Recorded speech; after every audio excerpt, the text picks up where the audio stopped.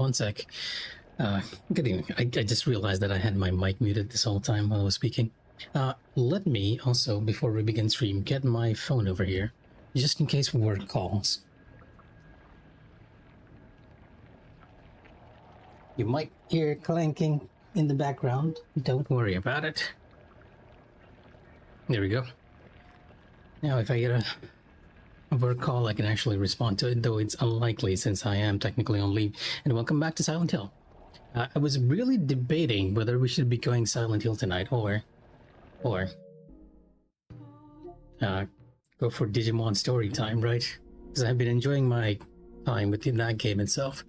And let me also open up our sound settings a bit, because I don't hear a single thing. You guys probably do. I, however, do not.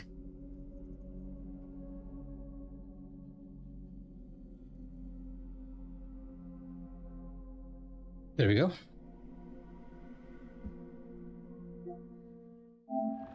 But yeah, in the end, I decided that, hey, we're gonna stick with Silent Hill because we actually made some progress last night. And I played a bit off stream as well. But not in the way that you might be thinking. I'm just waiting for Mikh'a to get here and ask why I'm actually back from where we started.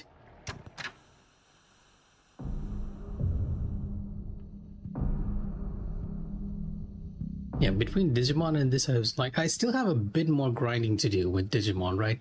Because we got a bunch of new ones and I want to evolve them into champions before I continue, but that involves like a lot of grinding and digivolving over and over again, which might not be the most entertaining thing on stream. So instead, we're gonna do Silent Hill again, and as you might have noticed, I am nowhere near the school or even remotely heading to the school like we were last night, because I actually restarted the game on New Game Plus after getting the UFO ending.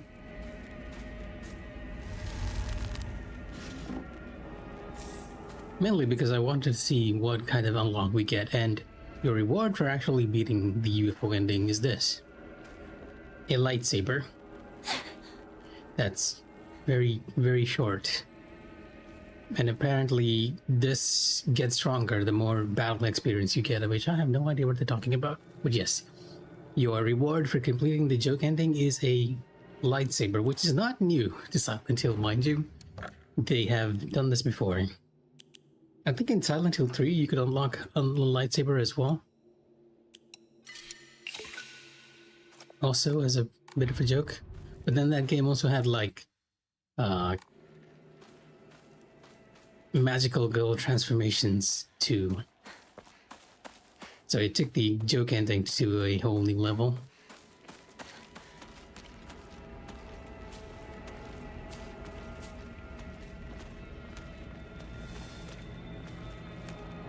So now I have to catch up with Shu and Rinko once again.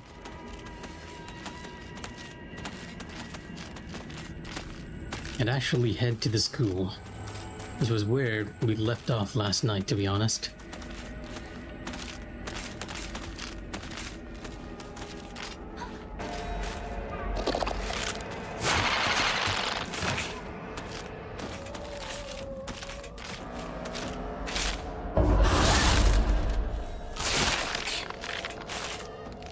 So I'm realizing that I took a look at my own stream last night, and I realized that the sound effects in the game might be a little too loud for everyone, so I'm going to lower that to around 70%.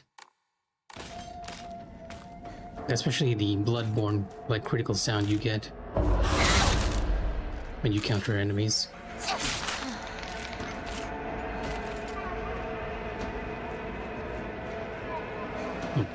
We're gonna run as soon as we can to school, and I know that there are no access items over here.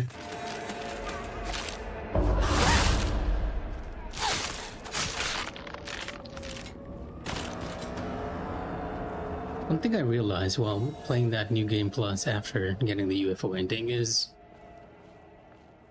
the knives and the sickles are actually the strongest weapons in the game.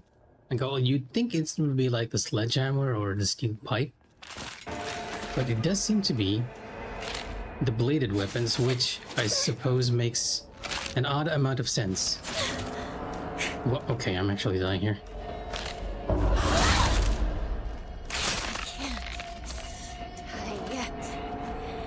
Good point, Nico. Let's use the fast box here. That was way too much unnecessary damage.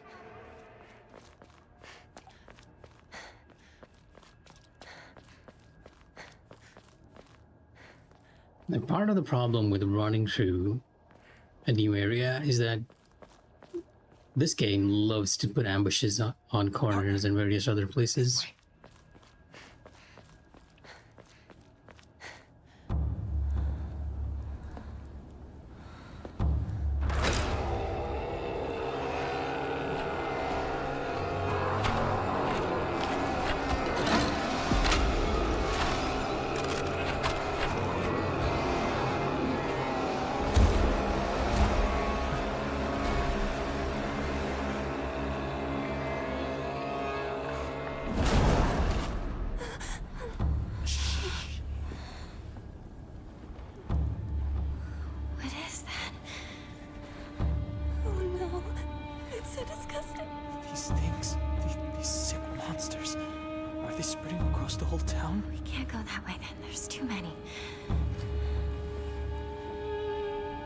We'll go around.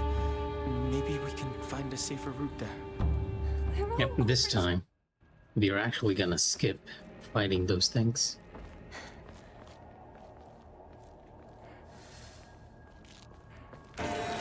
Yeah, see that one?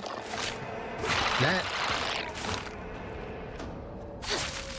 is an ambush just waiting to happen if you run past that way. Oh, you think that doll saw me too? Oh, never mind, you did not.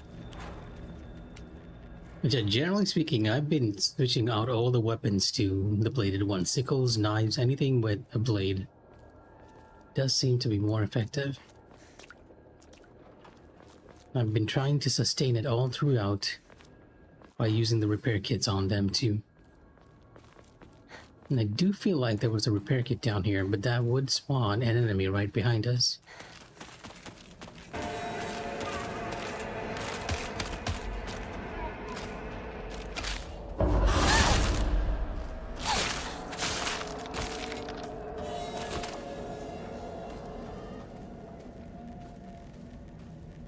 There's a bottle of ramen here.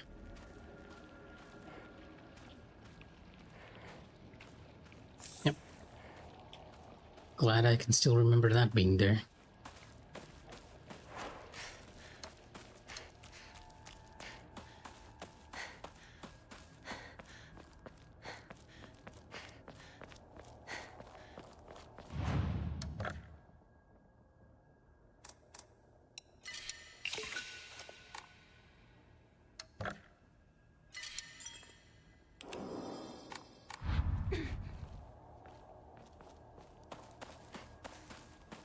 Yes, I am aware we didn't make too much progress, but yes, I am still saving.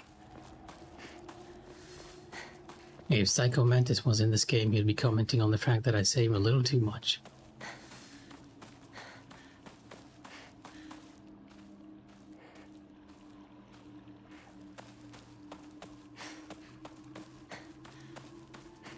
And now we should technically be in liquor territory. Not yet, no. This is just a very angry ambush on the left. One by one.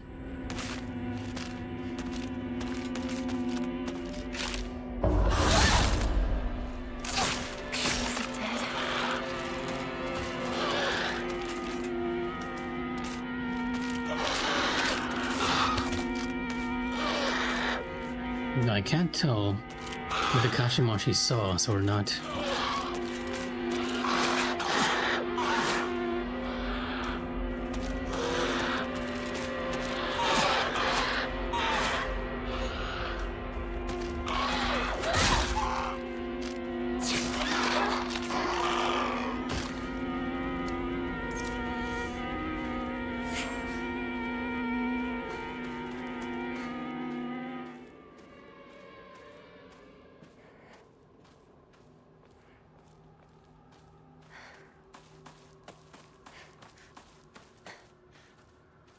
one more enemy over here.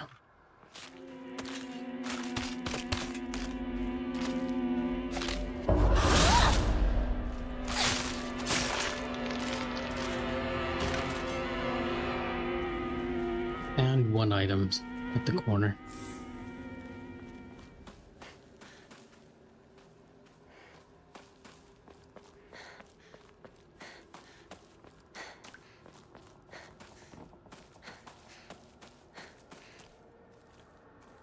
Just making sure we didn't miss anything.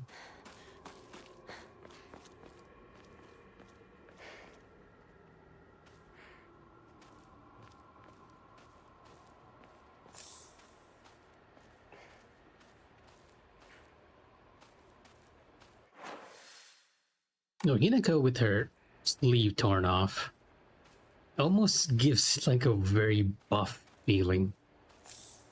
She's coming at you very angrily and about to strike. I don't know why I didn't notice that before.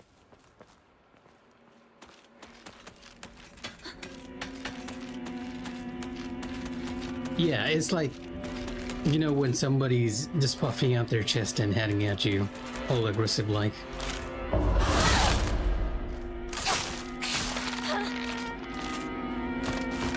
So welcome to the stream.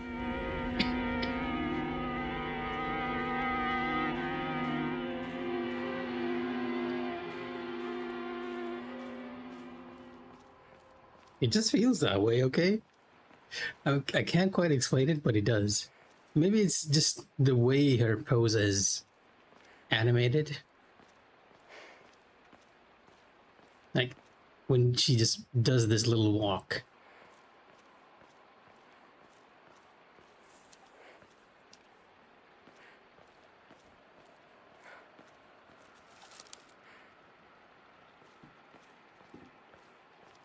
You really should question my judgment.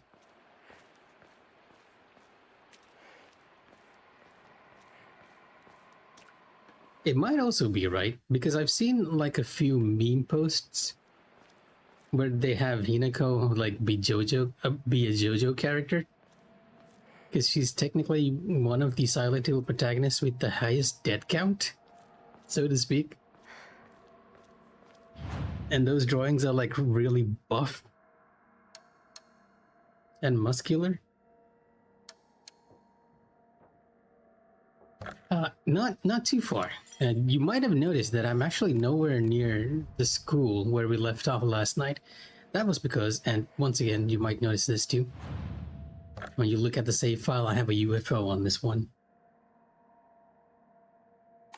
I started a new game plus from that UFO ending because I wanted to see what they had hidden in the game, and what you find is actually this: a fourth weapon, which is a very small lightsaber. Technically speaking, you now have 4 weapons instead of 3, but the lightsaber isn't exactly the strongest weapon. Like, after you complete the UFO ending and just interacting with one of these posters, like, I think it might be tied to the first poster you interact, because that one had a spaceship just drop that lightsaber on us.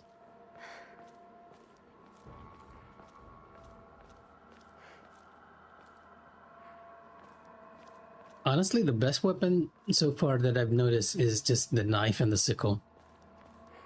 It seems to be a lot stronger than anything else. Shoo!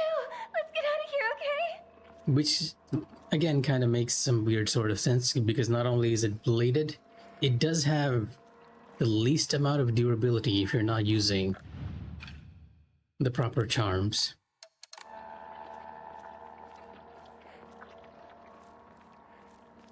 But by using things like the spider, Momori, we can make it last for a good while, and just in general, devoting any toolkits you get to repairing these seems to have worked out.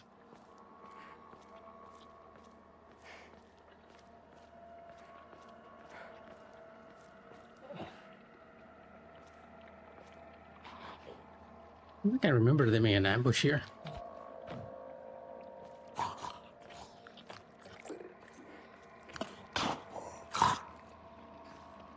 Yeah, this is our first encounter with the liquor.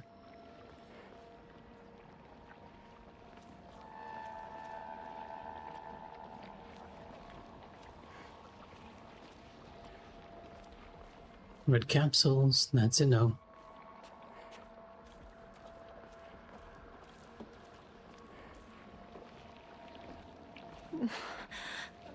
Where are those two?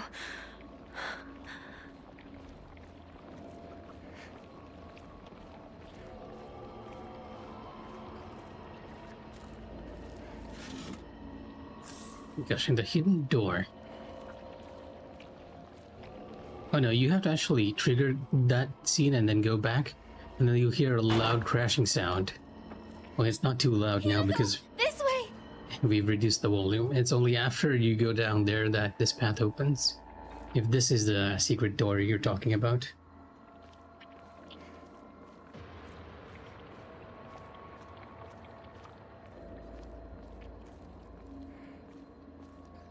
So I just realized from playing New Game Plus after the UFO ending that any Jesus statue you completed in your previous run is sort of saved in the game.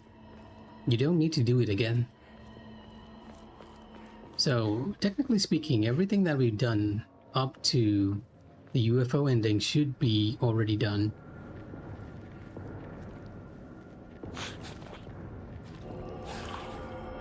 Yeah, this is where we ought to meet the liquor. There we go.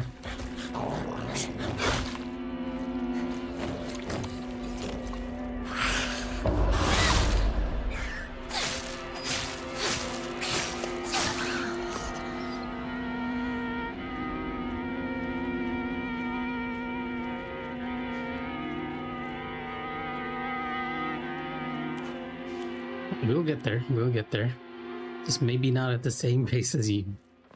Or maybe it could be at the same pace, right? And when I'm playing off stream, I'm playing like really, really fast. Like we are already back here after a new game after all.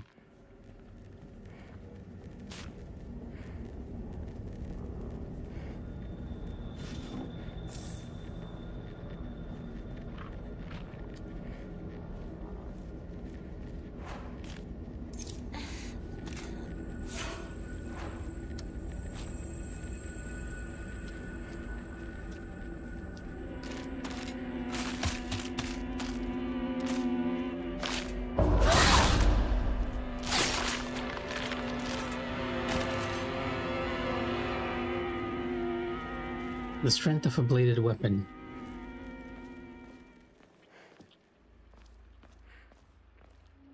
Let the best man win. I feel like there's no best man here.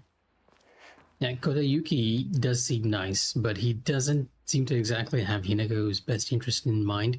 Shu also doesn't seem to have Hinako's best interest in mind. If anything, I think just Hinako needs some time to reassess the whole situation and just move away from both of them for a bit.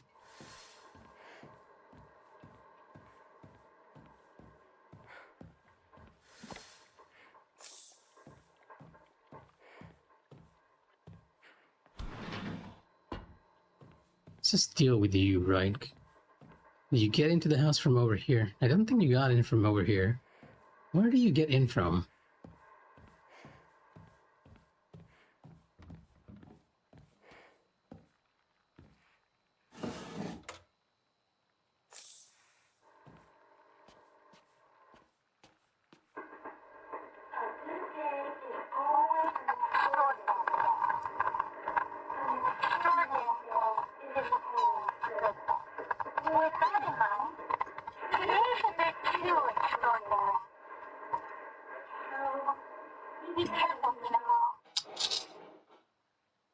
Sakuko! Yeah, this time around it's Sakuko and not Shu's inner voice that we're hearing on the radio. So I have like 9 bandages. I've really been avoiding the damage this run. Is what I like to say, but then the moment I say it, I'm about to lose a lot of health. Alright, where are you? I know you spawn when I get in here. Yep.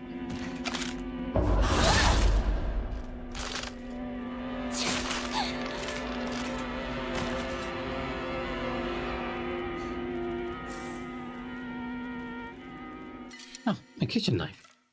I will gladly take that. Nothing useful here.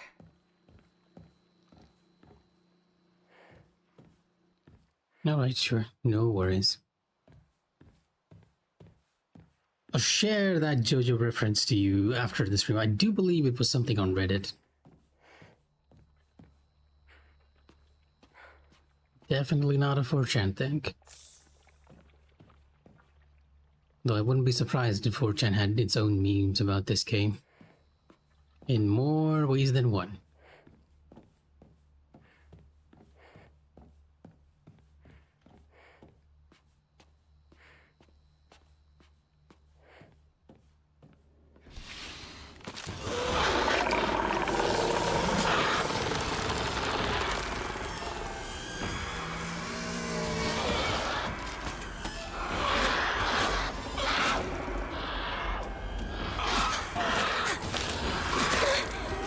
We actually got the counter window that time. Oh, good. Let's get to a more open space.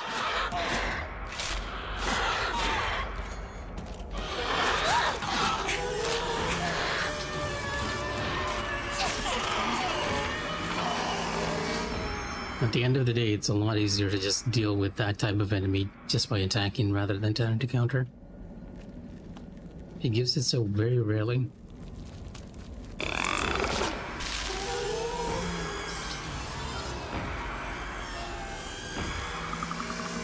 You, on the other hand... Oh, I missed it. That was the one.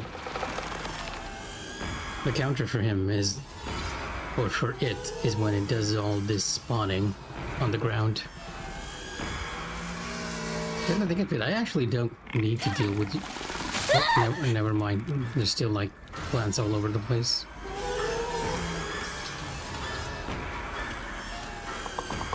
I was about to say I could just walk out of here by the window.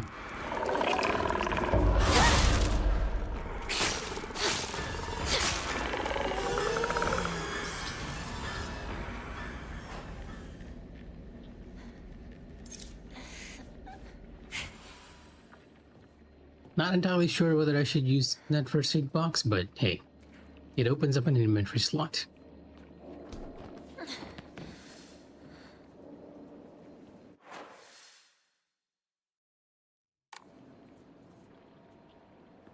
Listen to me. Give up on Hinako. Listen to me. Too late. Give up on Hinako. Oh, You can't help. I don't know what to do now. She's suffering. I can't just... interesting. We somehow managed to trigger the dialogue twice.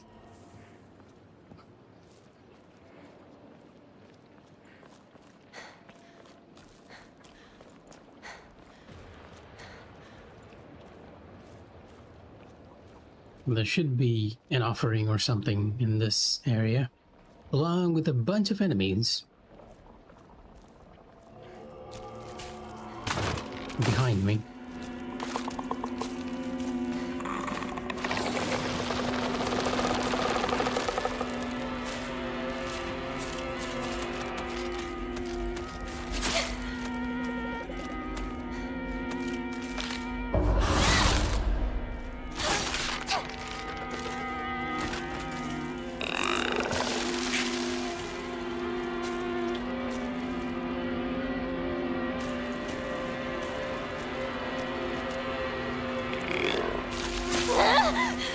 Wrong one.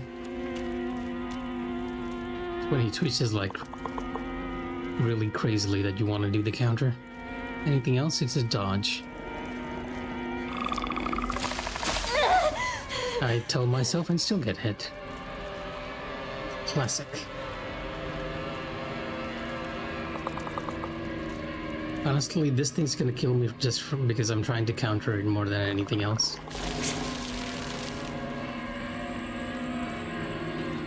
We could just stick the knife in it. It broke. Oh, I actually broke the knife. I didn't. I should be taking a lot more care of it. And I think we had a toolkit too. Oh, never mind. We did not have a toolkit.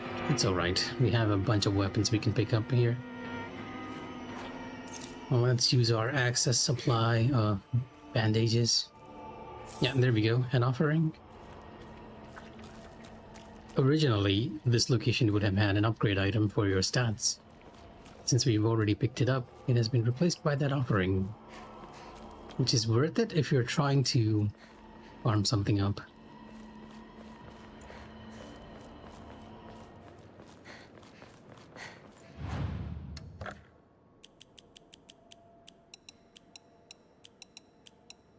So many items.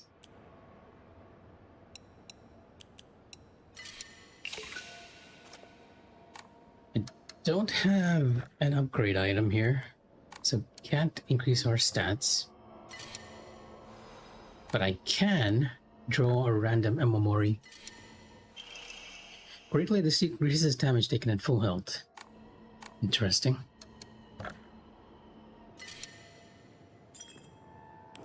Might not be a charm that I end up using.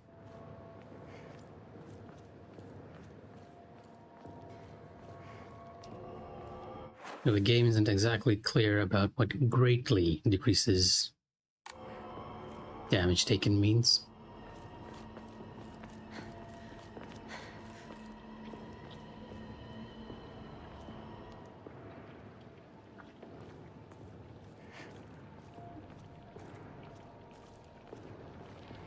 You're lying, aren't you, Shu? Beats me. You really think you can fool Hinako?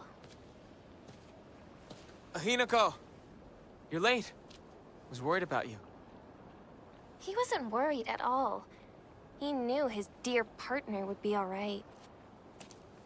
Oh, yeah? Thanks. Now, this is one of those dialogues that I have no idea what they're referring to. Like, what is Shu lying about?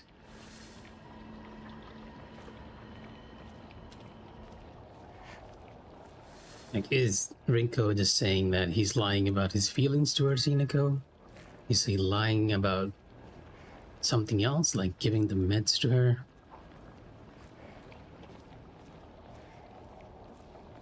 It's left deliberately vague. And like any good Silent Hill, makes you wonder.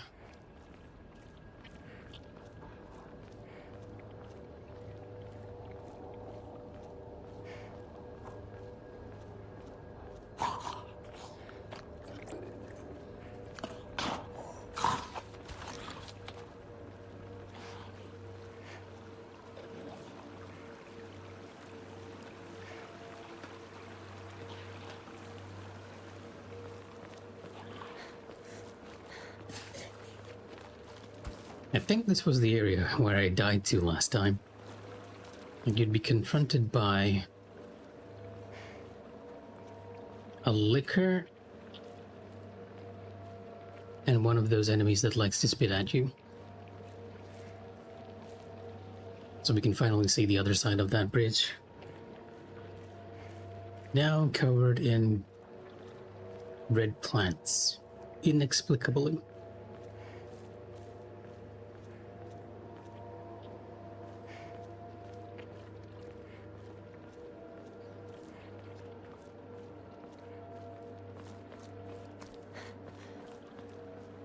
Alright, give me a sec.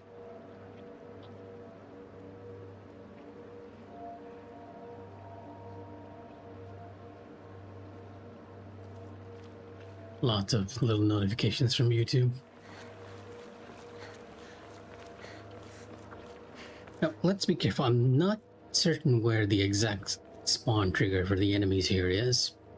I feel like it happens when you enter the little alcove, the little space. with an item.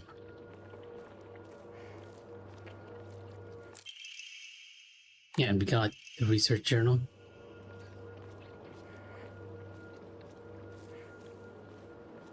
Yeah, because right now you don't see anything. I feel like it happens when you enter here.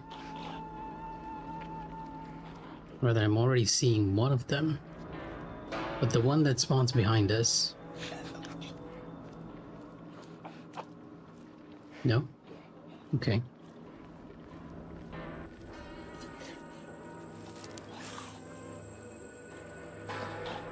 Okay, never mind. So it's actually not from entering the little space, it's just from proceeding forward.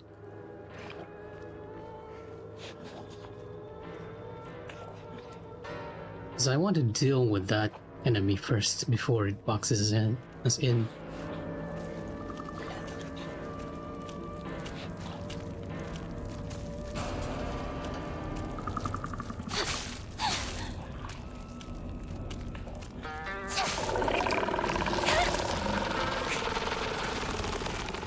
Oh, lost a good opportunity there.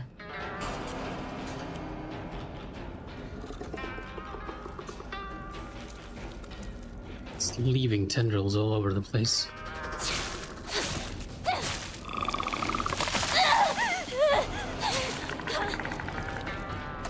There we go. Now for this enemy, which can very, very likely kill me. Not you. Yes, you.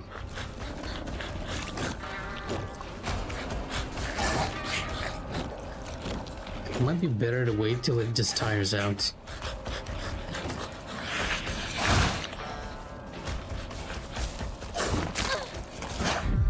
Although dodging, if we had turned my back on it, it does seem a lot more impressive in pursuing.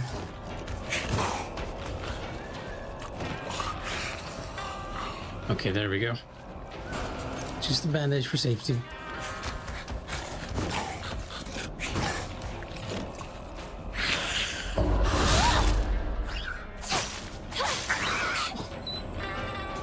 Yeah, just wait till its excited state wears off, and they are a lot easier to deal with.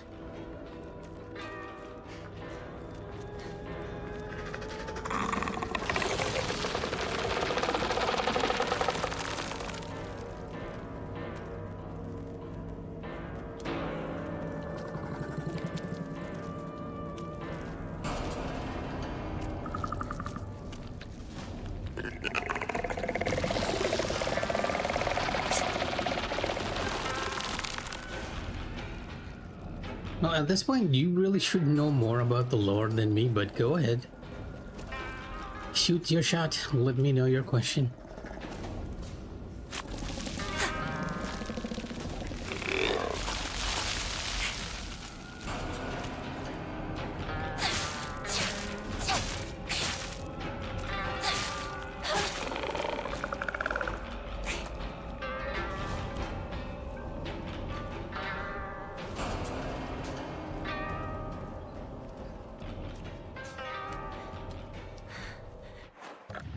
I am aware that your weapon is about to break, so we're gonna change from the wolf to the bear. My weapon's about to break.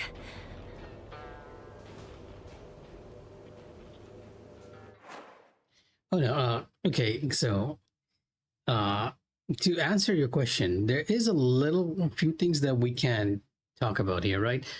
Silent Hill is actually the name of the town in Silent Hill 1, 2, and to an extent in Silent Hill 3, right? It's the name of a specific place. It is specifically named that in all those games, right?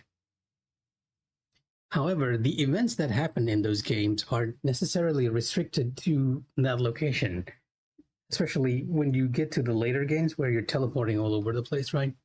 And its most distinctive feature is actually the fog, but the fog has never been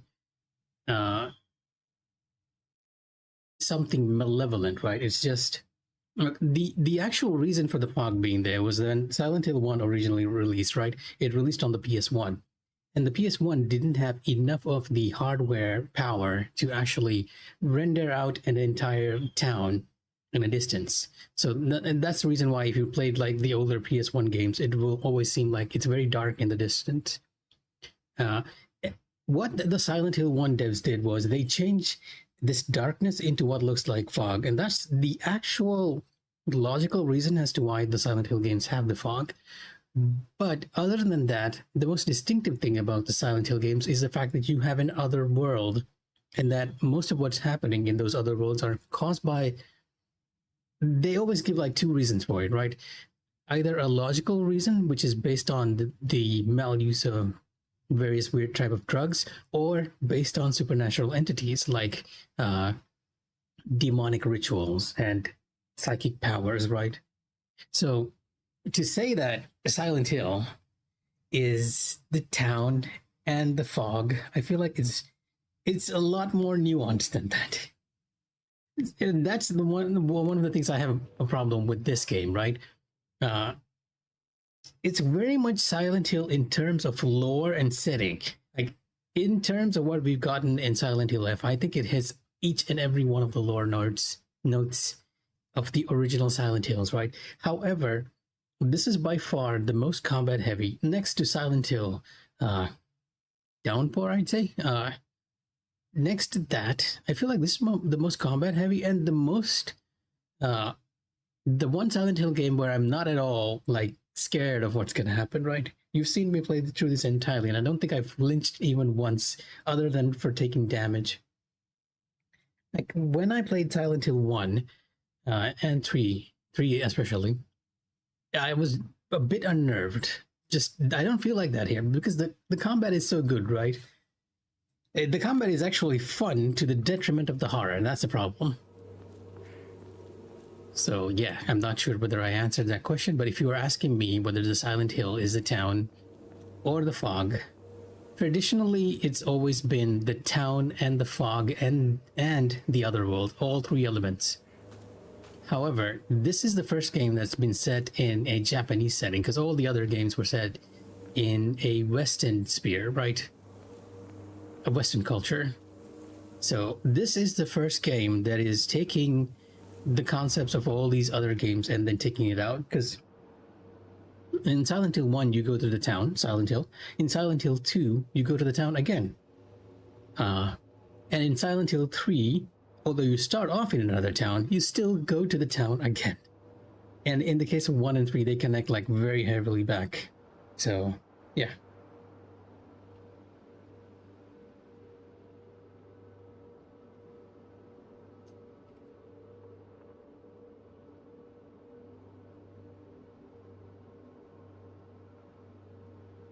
Replying to a friend of mine who's apparently dying from eating chili. A lot of chilies.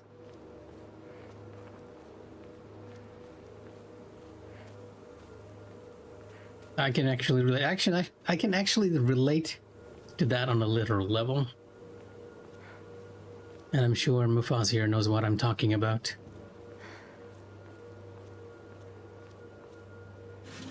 Right. Dying from chili, I mean. Literally dying. Almost dying. Well, if I'm dead, I wouldn't be here, right? Unless I'm another ghost from Silent Hill.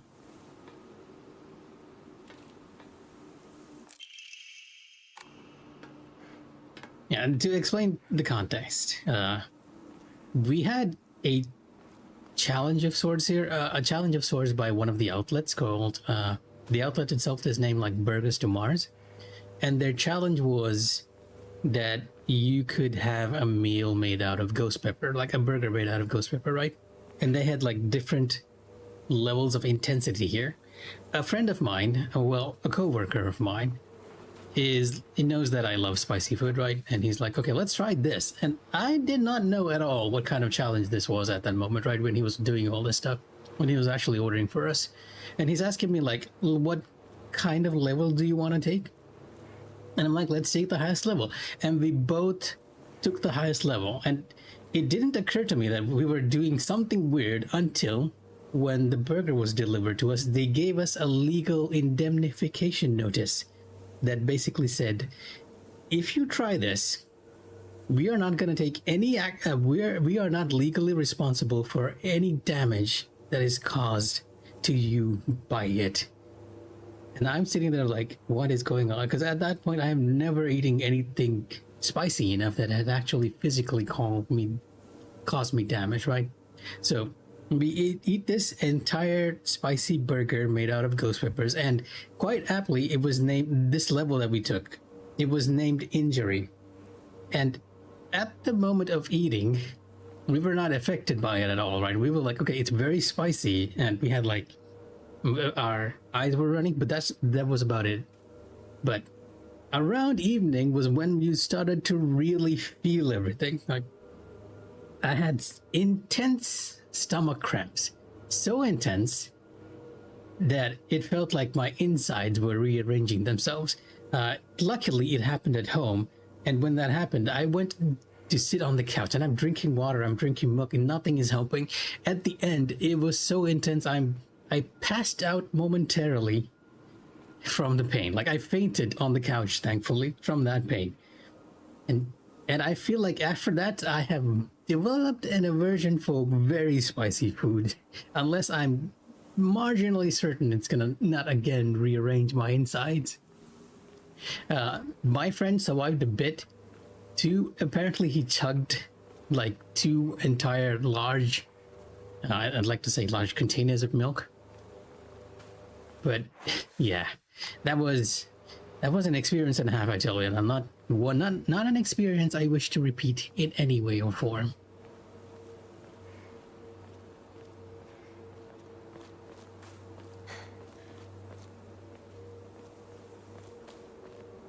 Now, if there's one chili that I'm never gonna touch again, it's gonna be a Carolina Reaper.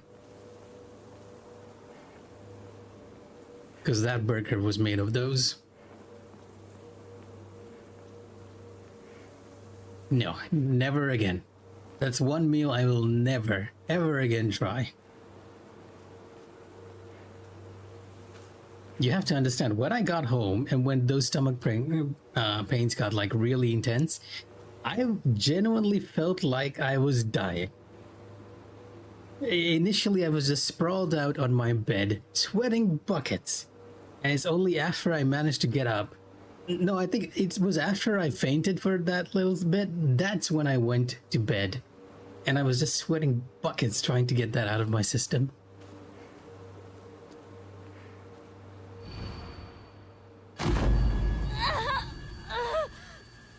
I'm sure there is, but I'm never gonna try anything spicier than a Carolina Reaper. Or anything equally as spicy as a Carolina Reaper.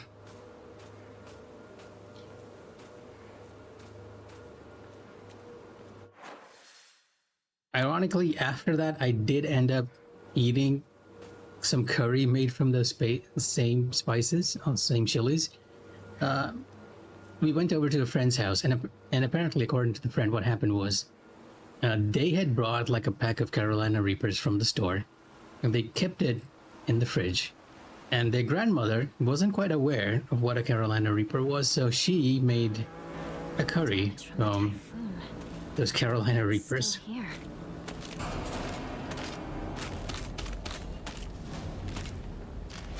So you can imagine, like, all of us just sitting down to have a normal meal, and again, I am once again plagued by the Carolina Reaper. Luckily, the moment it hit, I'm going to be in trouble if I don't find a new weapon. I sort of knew what it was.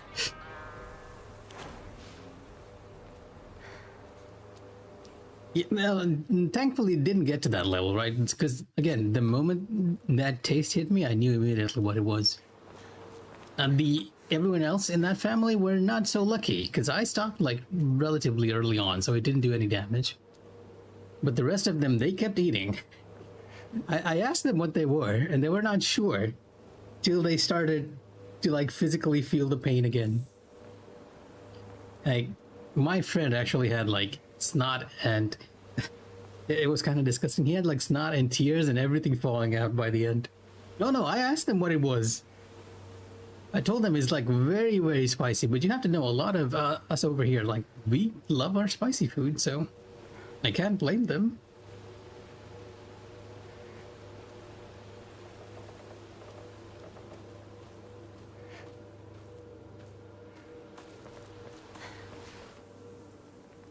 cut it out. I don't want to talk about that right now. I'm not gonna cut it out. I'm gonna keep bringing it up until you snap back to reality. I said, knock it off. Seriously. Look, I'll just come right out and say it. Hinako's dead, okay? She's gone. She's living a better life in another world. Oh. Partner. This is the most deceiving line in the game, right? Rinko just... I feel like this is one of those writer things, but just by saying that Hinako's dead and we as the player are controlling Hinako, when all it really means is that Hinako is dead to Shu as a relationship option. It's such What a took you so weird long? way to phrase it, though. Come on, let's get going.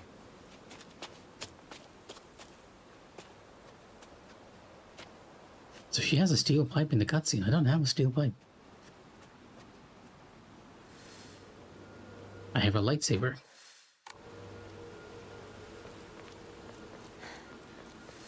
Alright, if we go to the school, this is basically where we left off last night, but I need to do the Jizo statue, so I'm gonna run down here, Used to hang out around here. grab the broken Getter sandal, and go return it to the Jizo statue.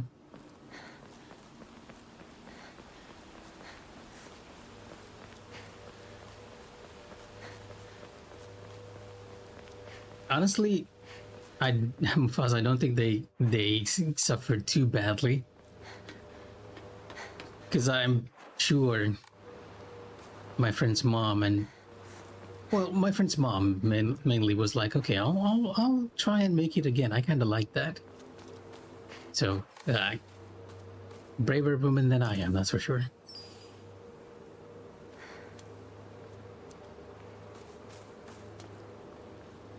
Okay, with that, we've unlocked, possibly done a step for the other endings.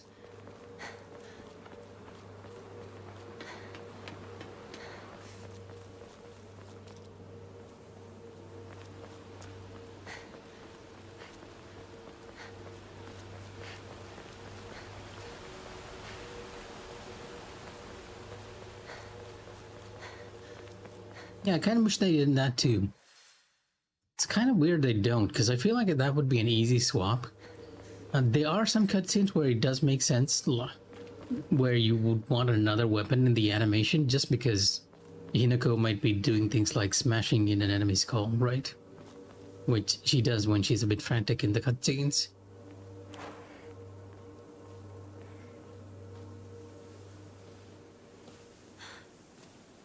It's locked. There never was a lock here, though. The key should be somewhere in the school. Can we take a break now? Yeah, I really feel like the whole reason why they're doing it is just to keep the animation data the same. Because how you hold a knife and how you hold a steel pipe is gonna be a bit different. Like here, she's holding it both hands, and it would be kind of weird if you were holding a knife with both hands, right?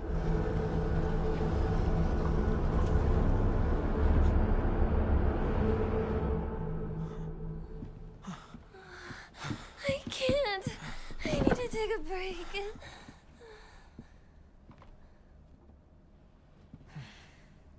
You must be exhausted too, huh? You can take a rest. I'll go see if I can find the key. No problem. What? I want you by my side, Shu. I need you here. Please, stay with me. Please. You don't really need me to. You should rest up too. I'll go find the key. You really should. You were at the front leading us the whole time. Hinako just tagged along behind us, so she's just Hey. fine. What do you mean she just tagged along? Don't worry about it. You two stay here and rest. I'll be back. Like, Rinko isn't even hiding the fact that she's very hostile to Hinako. I'm pretty sure every player who's played the game dislikes Rinko immensely.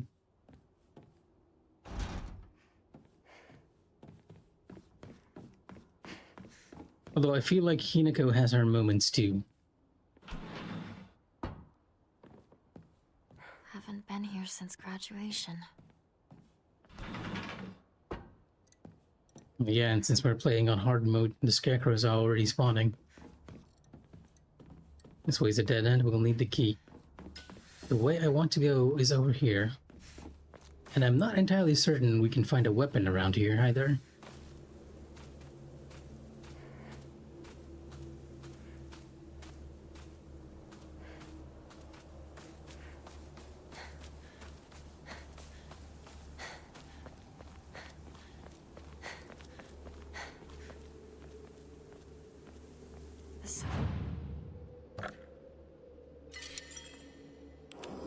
Okay, finally, we're back at the place where we left off last night. Explore the Ebisuguonga Middle School.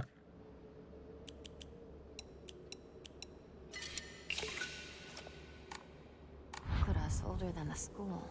I remember hearing a wealthy man built the school here when he struck it rich from dam construction.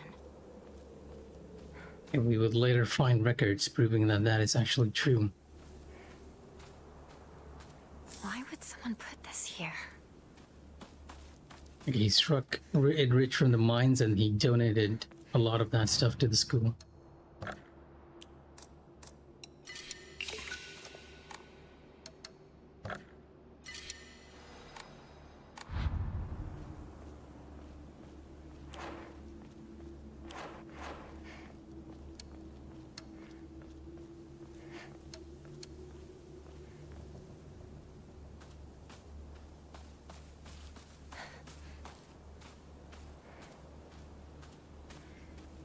Did I already go this way? I feel like I did.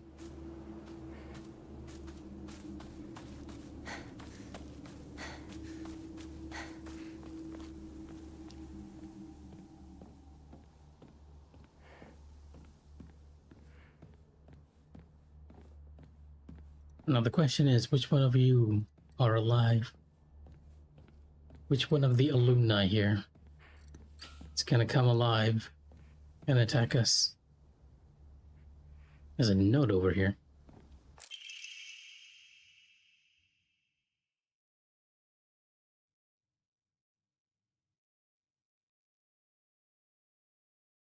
Okay. So the school founder, this is new, the school founder actually cared for a fox, and apparently that fox talked to him? How that happens, I'm not entirely sure.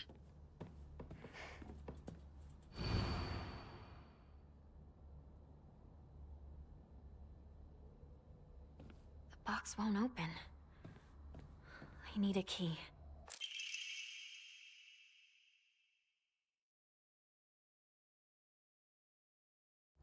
Alright, we have to find the key to the second floor, and the vice principal has lost it.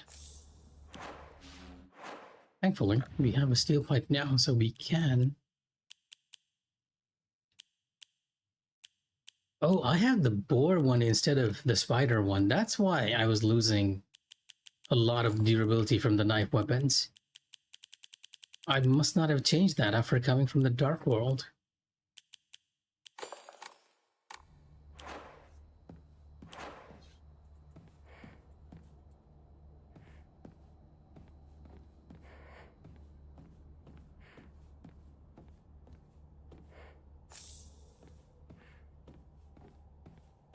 I'll try to keep the knife in as much as possible, because the knives are just way too good as a weapon.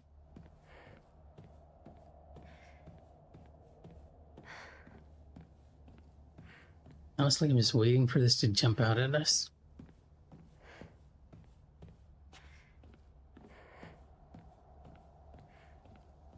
I'm gonna give it a wide berth.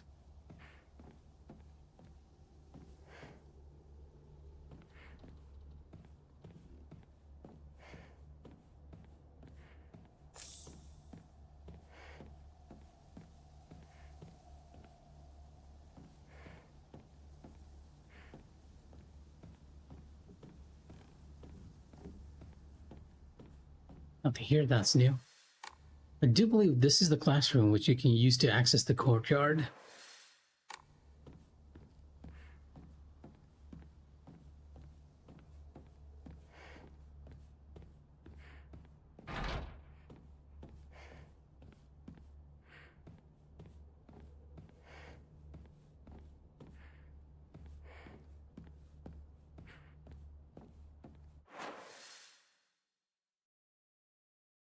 And one room that I have not checked. Yeah, again, a wide berth.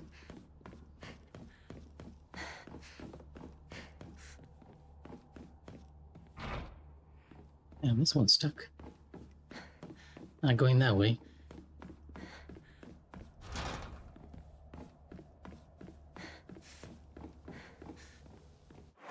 Where does this lead to?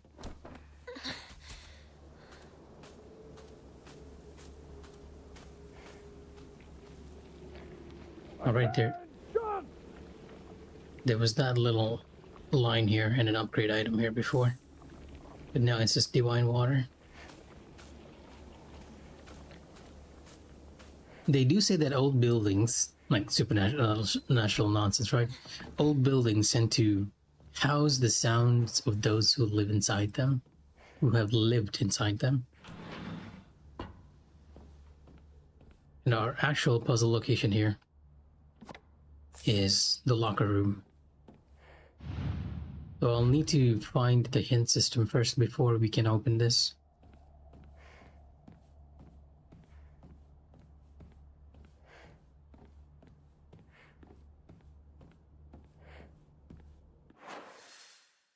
So here's a bit of a creepy story for you all, right? About what I said before, that old houses tend to have the sounds of people who have lived in them. The locker room. Takes me back to my track and field days. I had to stop because the scarecrows were here. Yeah, but the old thing that I said about... Oh, give me a sec.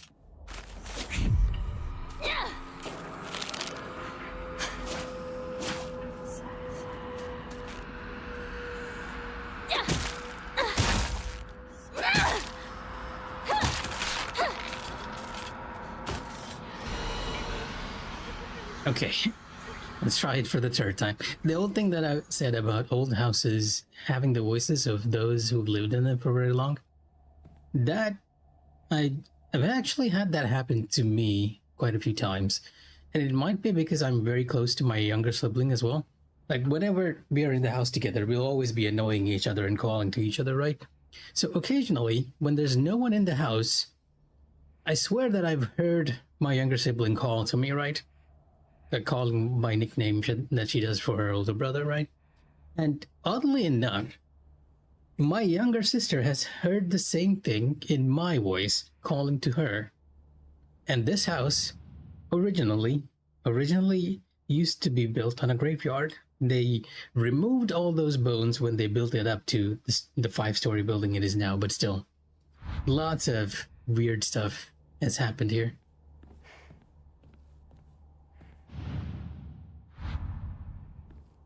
I like how you're like, it just happens. It's kind of not supposed to, but okay. I'm keeping in theme with the Silent Hill horror. On the horror theme that Silent Hill is exhibiting here.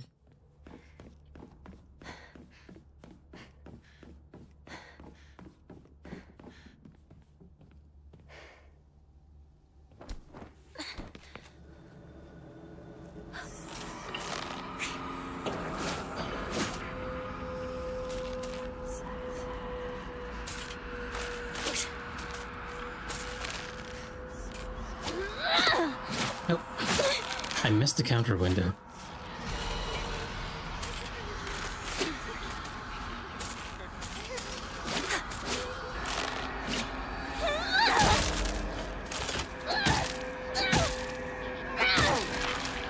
The scarecrows are actually a lot more difficult to counter than the other enemies.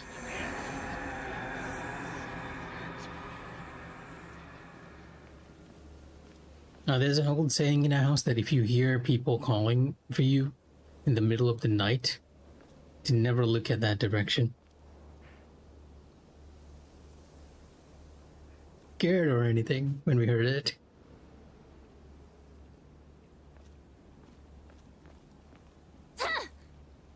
Isn't that supposed to be like a very large enemy here? Patrolling the grounds?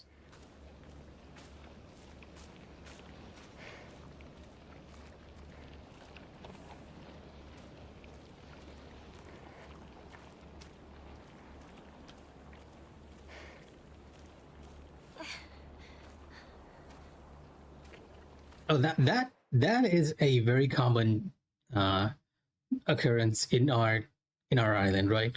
Seeing the floating flame orb, and I feel like that can be explained scientifically as well, right? Because our islands, they used to have a lot of mangroves, and those mangroves actually end up creating a lot of methane gas, which can light itself, which gives the rise to the myth of the fairy pond back on our island, right? Because a lot of people in the olden days interpreted the lights as fairies. So what are we doing in here?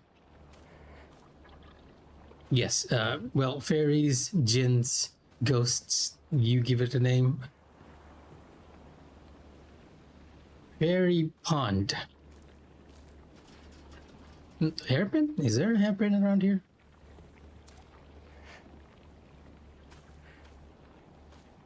Like, originally, this shed had a note about how Sakuko would always take care of the rabbits.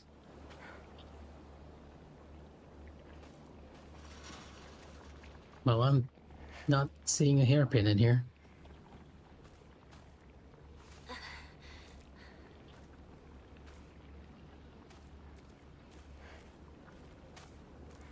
I'm also kind of wondering why there isn't that large enemy here that patrol the grounds. Because I remember the large bulbous enemy with the knife hand patrolling here. Now, over time, it became the myth of the fairy pond in that island, right? And I believe it was partly because they wanted to conserve the mangroves and make it like a bit more friendly of a attraction to visitors or guests. The tourists, right? Bulbasaur.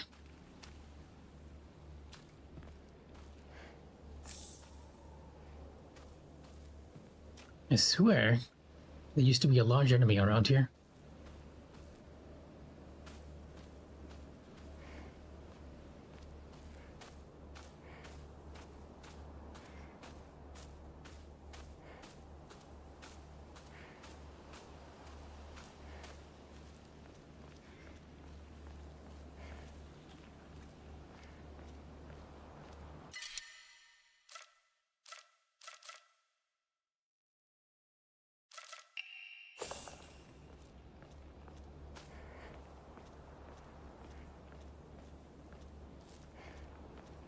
I feel like some enemies have not spawned in yet. We might have missed a trigger or something. Which should not be the case. We should be looking for the key now to the stairwell.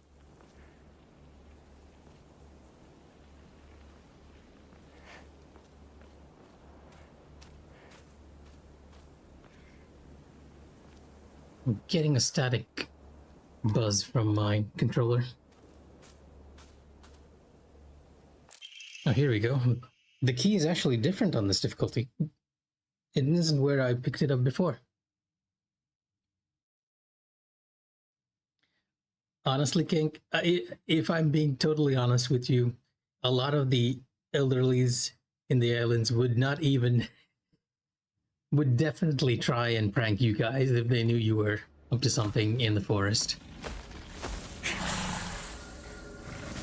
So, you spawn because I picked up the key now, I understand. And you are actually following me. Well, not only you, there are multiple scarecrows that are following me now. Alright, just come over here. I know you're moving when I'm not looking. Now, both of you are moving.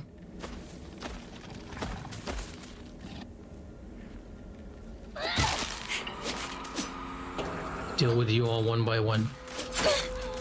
If I can.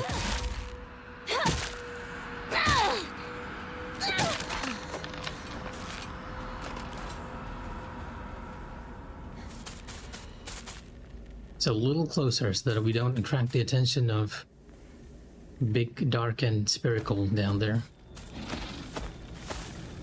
Big, sharp, and spherical.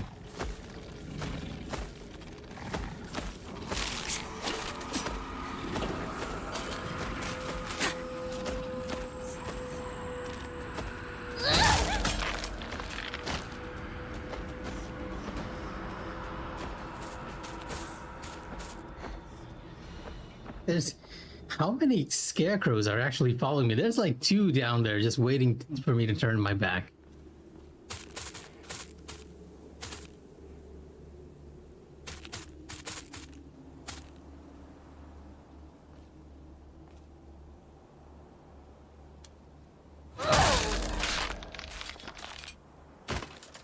Sure, I'm glad that we picked up a sledgehammer.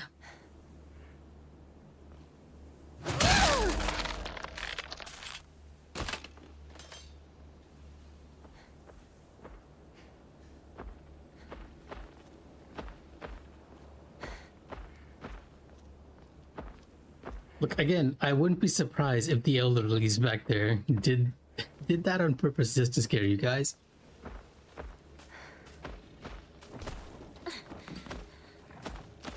So weird, I don't remember us being able to access this room before. And I am hearing static on the controller. It is an Energy Plus thing, but it's not this radio that's responding, is it? Oh wait, it might have been that radio. It might have just been leading me here.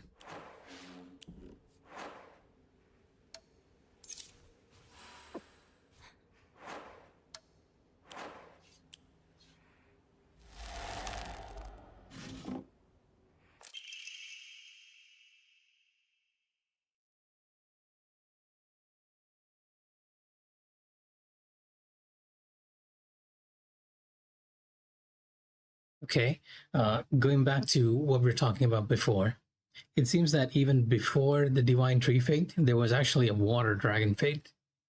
And during that time, there was a monk wearing multiple masks and over 3 meters tall.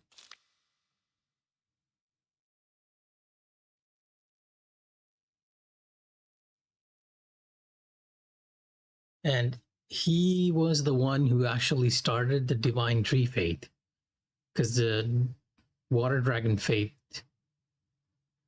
was kind of being done. The explanation for the Water Dragon Fate is that it was one of the heads of the Yamato no Horichi, right? A poisonous snake in Japanese mythology.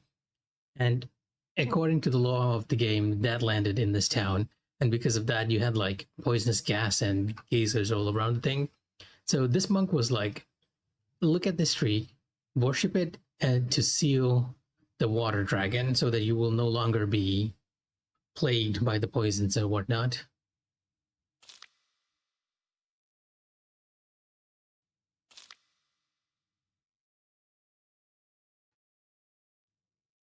Kind of makes sense. Like, a lot of this makes sense as to why we're actually offering our stuff to the Hokora, the shrines, right?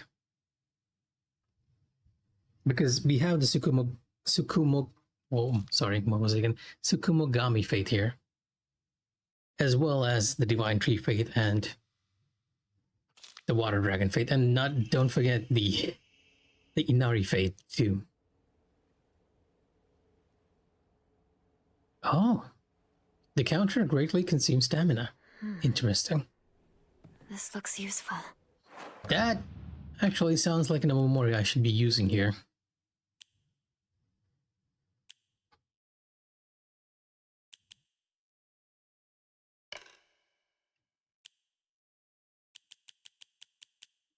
Because I'm not doing the normal counter here.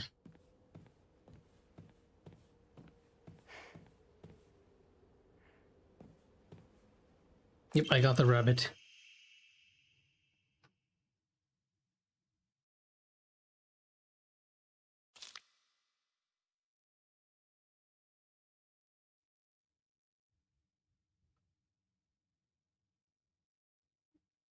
Yeah, and as you can see, Sakuko is, even when they were younger, warning Hinako not to go to the Fox Fate, because she's diametrically opposed to that religion, because she's a follower of the Divine Tree Faith.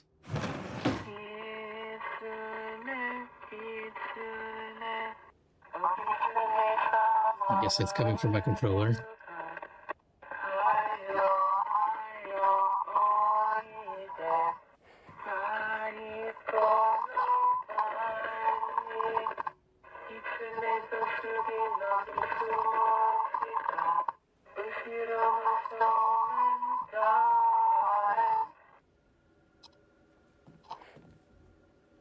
So it's kind of like an Ouija board? Ouija board? It's kind of like that. Hinako, Kimie, Kanta, Satie, Sakuko, Rinko, Shu, and Kotayuki.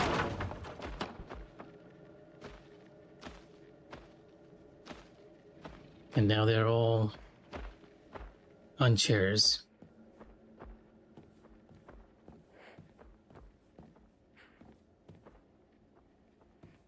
Did you not find it in NG Plus? Spooky is a bit of an understatement. I guess we have to do something here. Because the door is still locked. Or does it want me to get on the chair myself? Or there's like a little fox totem over here.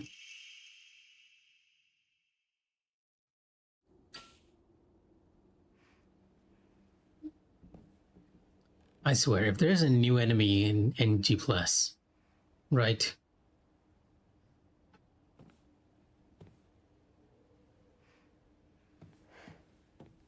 But there's a drawing table around here somewhere?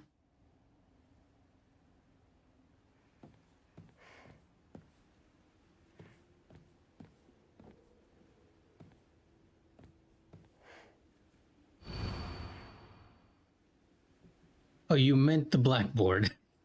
When you said drawing table, I was assuming like one of those stands which you used to put the parchment on. Give me a sec.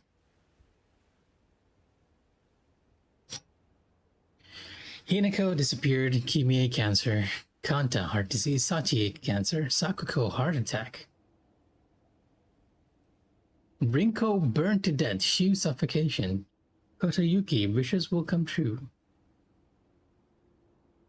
Everyone's name is crossed out but Kotayuki's, which kind of makes sense since Kotayuki is actually part of the Inari fate or the Fox fate. And Shu did indeed die from suffocation in the other world. Rinko is indeed burned to death, or rather recalls all these deaths, right? Sakuko has a heart attack.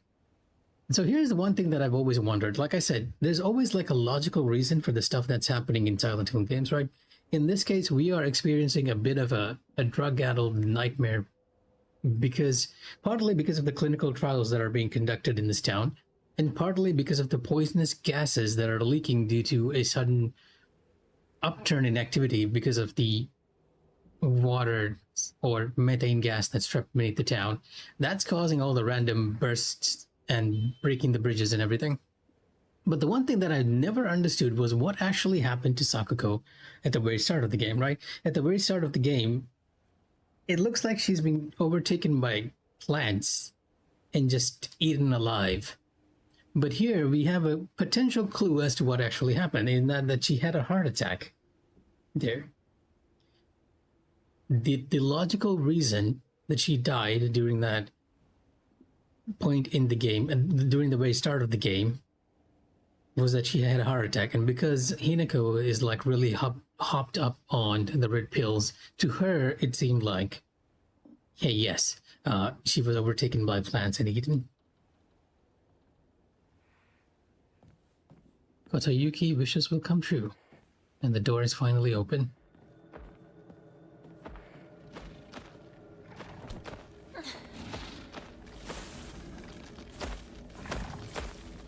The radio is still buzzing here for some reason, and I'm not entirely certain why.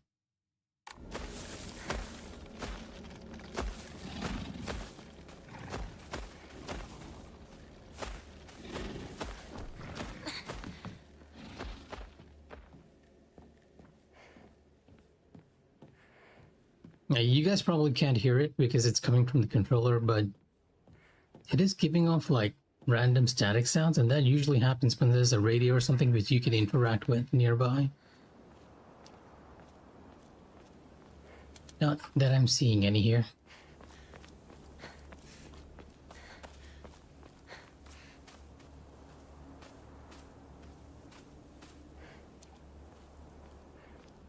He possibly gets a wife at the end, right? Well, more than that, right? Kotayuki originally, when he was in town, he was poor, and he did not have a father, because you have to remember, his mother was a maid who had an affair with the heir of the Tsuneki family, and then she was cast out when they found out, right? Kodayuki also got his wish because later on the family would accept Kodayuki as their own heir, and he basically went from being very poor to the richest and most powerful family in the whole town.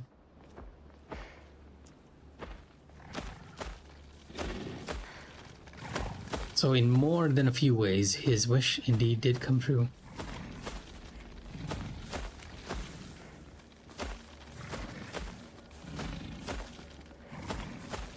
Though his actual wish is probably to marry Hinako, who he seems to have very much fallen in love with. And to Hinako, because of his high status and power, right? Because he's from a wealthy family, he looks like a fox deity in her eyes. That's why in the Dark World we always see him wearing that mask. Fascinating stuff, really. So let's get out of here.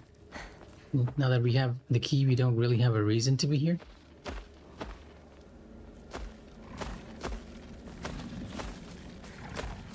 Oh no, you're blocking the path.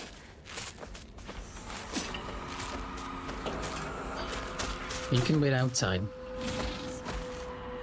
Unless you're jumping in. Which I don't know you can do.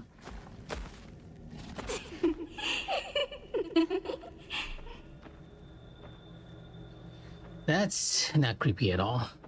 It's always the sounds that get me, right?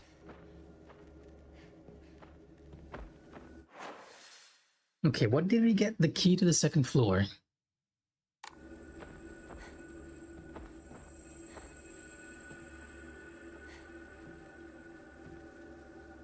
You move if I don't look at you. I guess I am looking at you. I don't hear movement.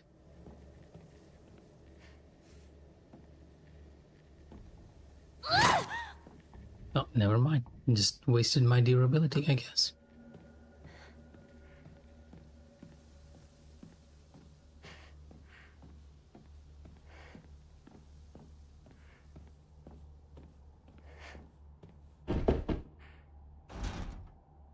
Oh wait, was that not the key? Wait, what? Oh right, we picked up the key to the box.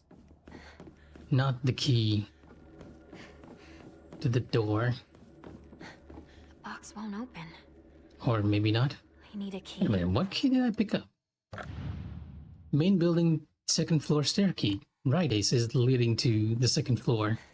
That's another staircase that we'll need to get another key for.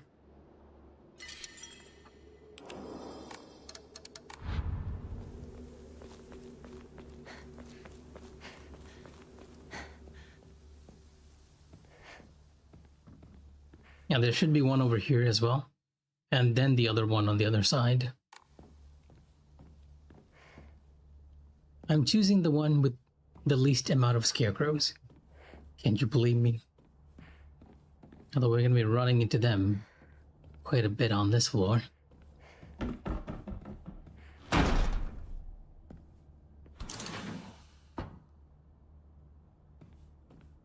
This one? I did not. I'm assuming it's saying something like either don't run in the halls or be on time.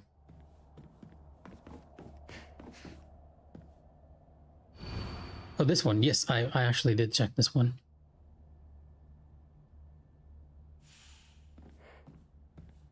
Okay, maybe I did not. Oh no, that's actually the hint to find the key. Because we found the key this time near a set of chrysanthemums.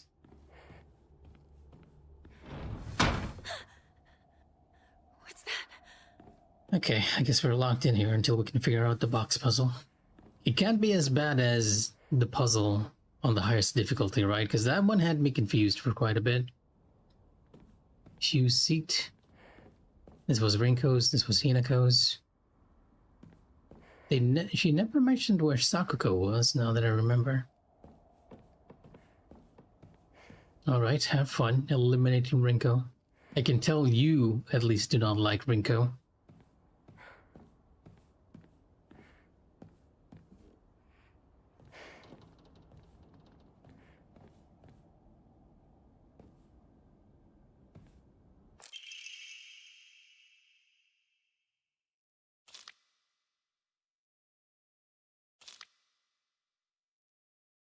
It's the same hint as before.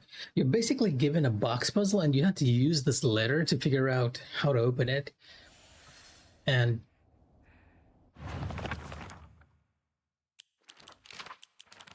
yeah. By looking at That's not it. the little seals that you can slide out.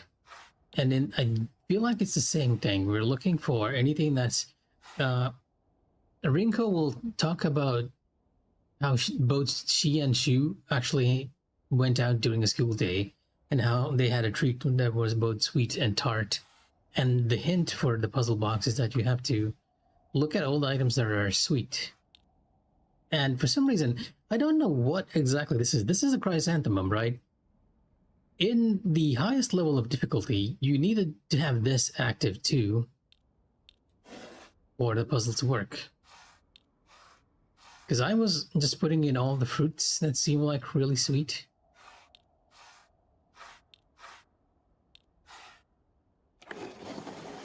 Yeah, and even in this one, you kind of need to put in the chrysanthemum.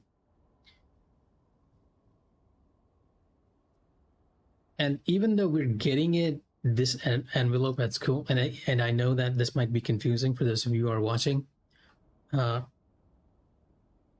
this letter seems to have been sent to Shu after Hinako was selected to be married, right? And in truth, even though the characters are wearing school clothes, they are actually in their 20s, according to one ending, according to the first ending you can possibly get in the game. This is just the way Hinako sees it, because she's under the influence of a certain drug. You thought it was a tangerine? Well, okay, yeah, that kind of makes sense. That makes a lot of sense. It's a fruit. That's why it will be sweet and tart, right? I was seeing it as a flower all this time.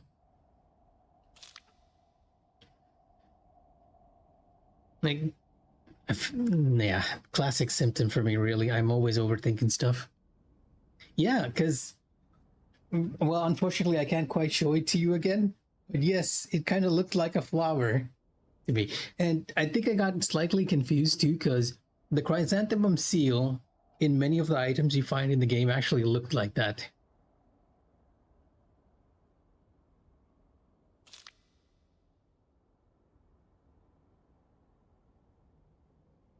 Yeah, and this one is basically just telling Shu that, hey, Hinako is about to get married, but Rinko is available to help. Well, she's indicating that she has romantic feelings for Shu. And that they can start a fresh life, page by blank page. And the hint here is you're looking for anything that can be written on. Nothing. Like books. And more books. Okay. Question, what do you see this as? Right? This one on the right. I'm gonna wait until you reply here.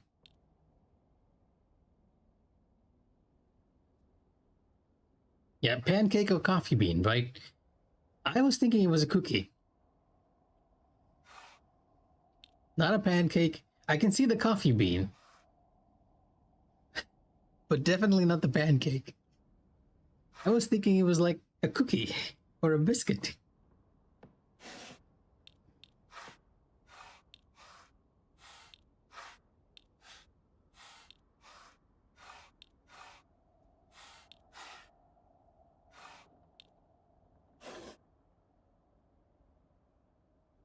Something must be off. Am I missing something here? Oh, right. Maybe the envelope. Yeah. Well, technically speaking, you're still writing on it.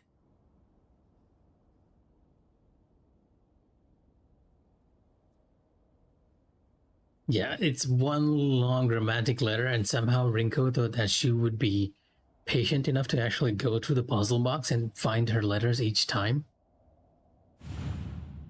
And the final one, really, the final hint, is flowers.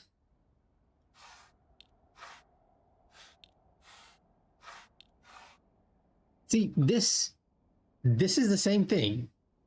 This looks like a chrysanthemum from the top. Not a tangerine, a chrysanthemum.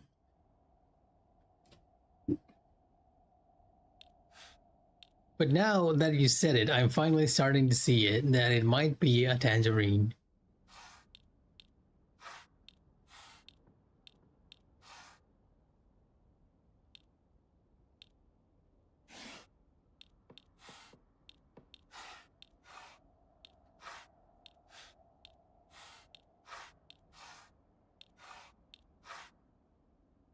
Okay, we're not only looking for flowers, we're looking specifically for a sakura flower. So anything that doesn't have sakuras, would this be considered sakura? Maybe not. That wasn't right.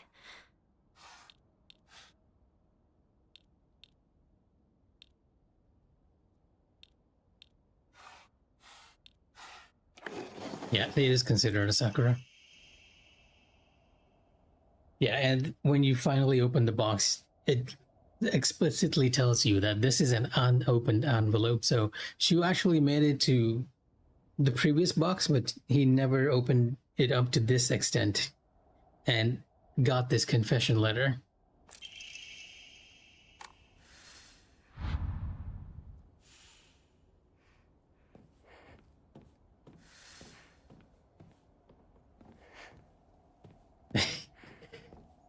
It is an elaborate way to confess your love to somebody. Oh, and here's a little bit of Japanese umbrella here happening. I'm guessing it's Hinako that's been crossed out. And probably Rinko and Shu under there. So this is where you are. I wondered where you had gone. Junko. Where? Did you have fun playing with your friends? You need to start getting ready.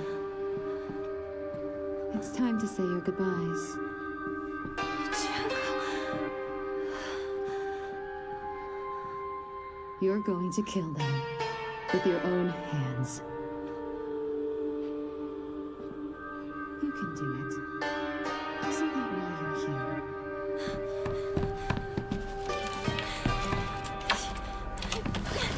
What are you?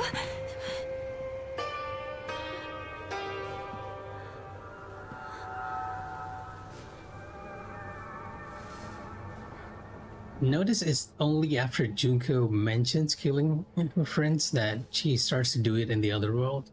And again, there's a bit of context that's lost, and it might be that Hinako is actually interpreting that what Junko is saying is equivalent to killing her friends, and that Junko isn't actually saying it, right?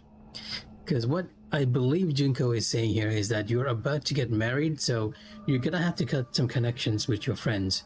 But somehow, in Hinako's drug-addled state, which is not apparent, at least on your first playthrough, she interprets those words as killing her friends. Possibly. See, this is what I mean by it makes Made it this far. like a really good Silent Hill game, because you are never sure what's real and what's not. Because actually, somebody saying that getting married is equivalent to killing your friends is extremely weird, even though it's something that happens to a lot of people, right? When they get married, they don't have time to hang out with people like they did before. It's a part of the process. Why would someone put this here?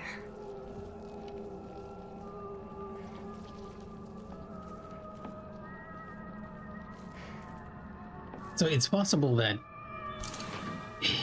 Hinako is actually interpreting whatever Junko is saying is that, and it's also possible that Junko actually isn't here in the classroom. It's just that she's been reminded of it after that letter she saw. It was unopened.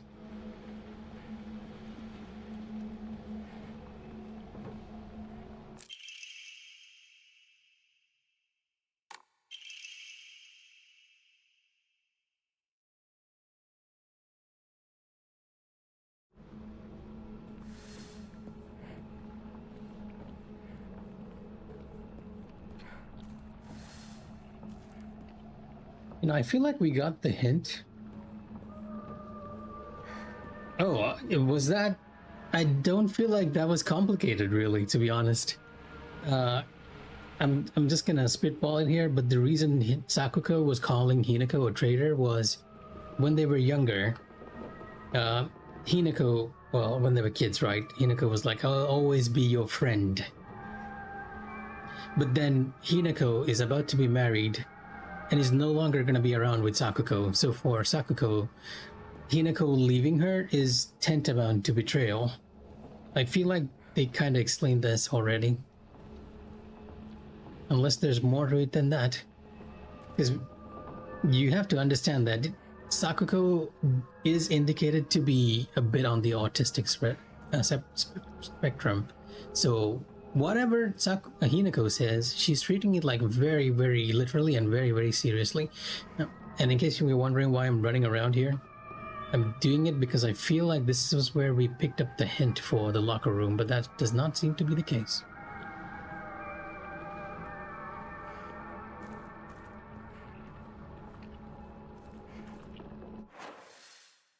Or maybe it's in this room over here.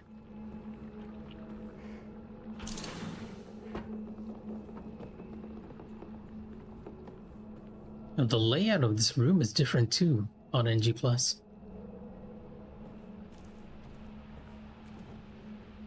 Either that's telling you to die, or it's telling you that you're a liar.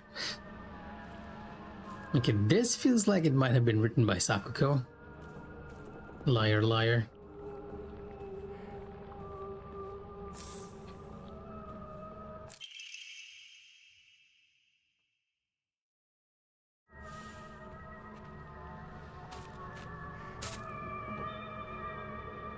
Hello.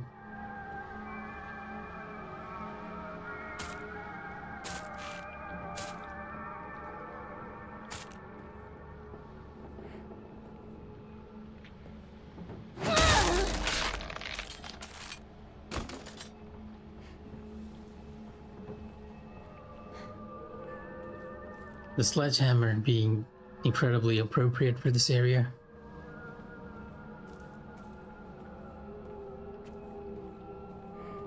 Okay, we only got one locker code combination. I feel like there should be more here. Or at least I feel like I found more in the previous run when we explored the second floor. There's that little alcove, which I don't feel like I've checked properly and is full of scarecrows. Oh, you're looking at it because there's the red capsule underneath. Never mind.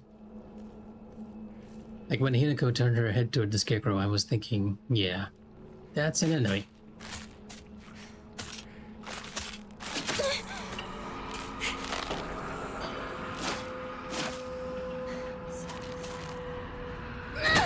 Oh, she didn't get close.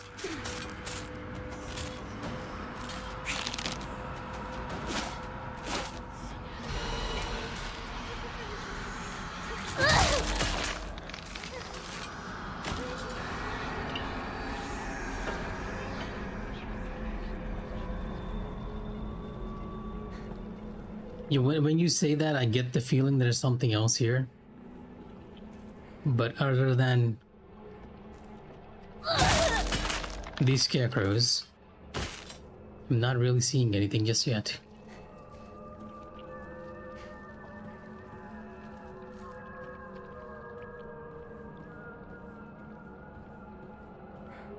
Or unless you mean the alcove itself.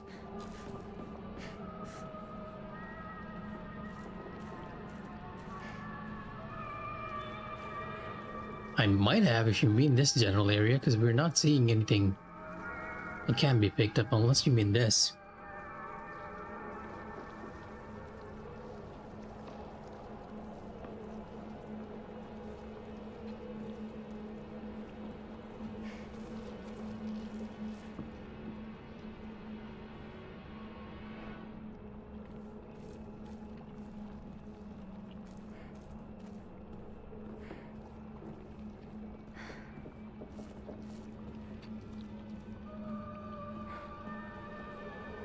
Yep, I am indeed on the second floor just yet. So that is a good shot.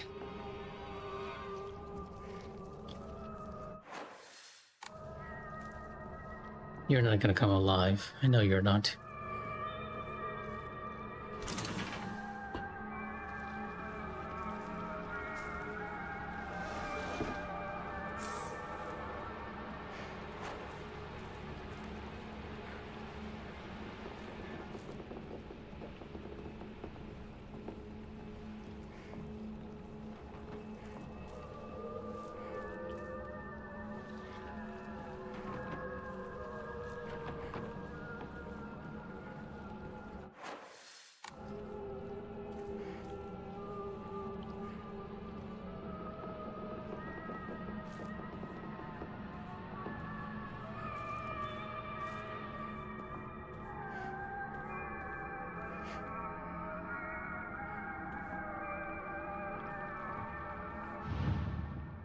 Asakura Ayumi. This one is 479, right? No, that's not it. 974?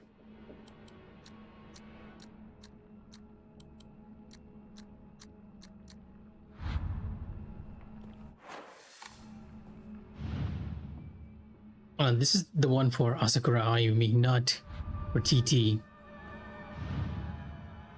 Suga Yosie. This is 377.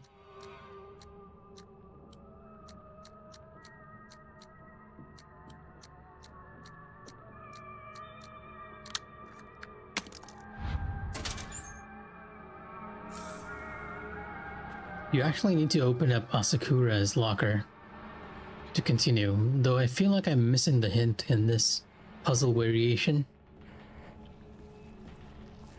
Okay, in Lost in the Fog, you got a note letting you know that, hey, the school kids' locker combinations are all based on lead speak. So you had to convert like normal words into lead speak and use them on the lockers based on what that kid's favorite item or topic of interest was. I might need to go to the annex hall first before I can find the entire solution. Yeah, if that's the case, let's run over to the same first. It's way too easy to die on this mode.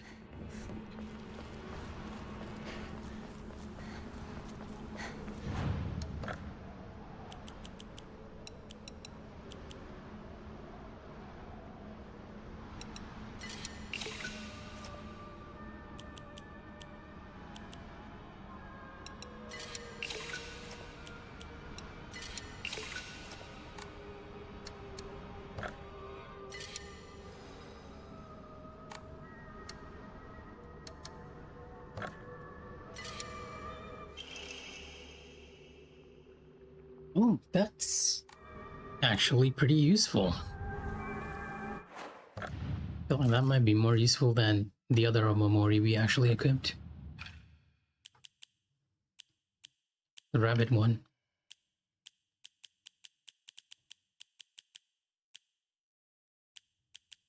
Where is the otter?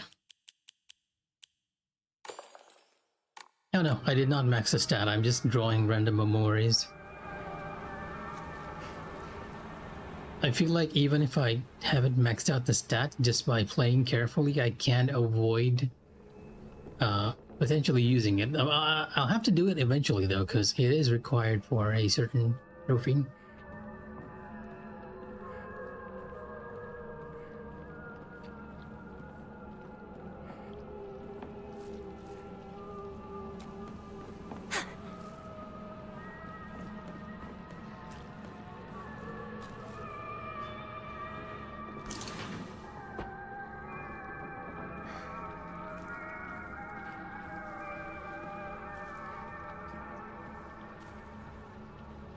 There's something here. You're looking at it. Oh, it's a door. Never mind.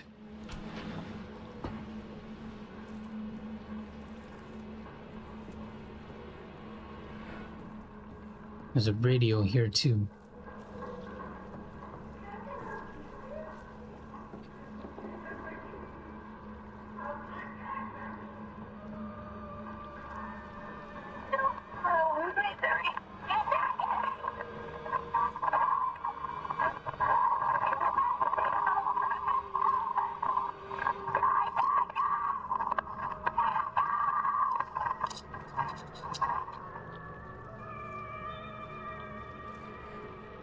Oh, if you mean the doll that was hanging from the ceiling, I already saw it.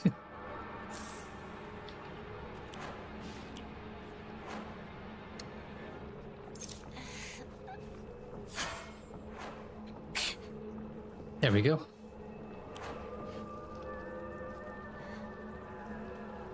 No, let a man explore. I went to the radio first. But yes, that was Rinko.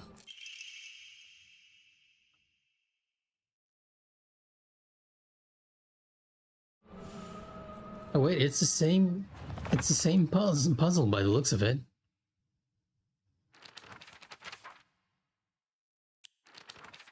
It does seem that they're using again lead speak in a way.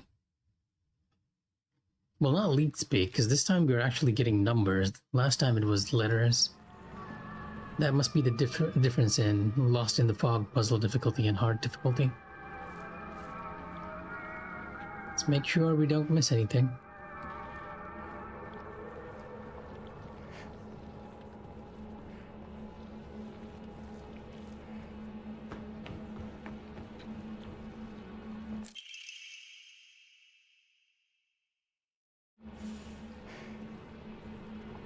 Yeah, you really need to find all the notes to actually make sense of all the locker room puzzles. And technically speaking, you need to find the note that helps you open Asakura's locker, because that's the locker you need to open to continue. But usually the other lockers have things which are pretty valuable.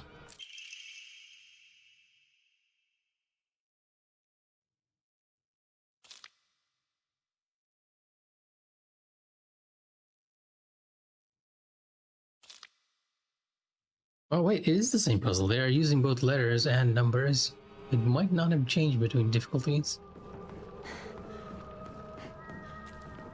So I swear I remember this place being filled with scarecrows. It does not seem to be the case yet. Yet being the imperative word we shall use here.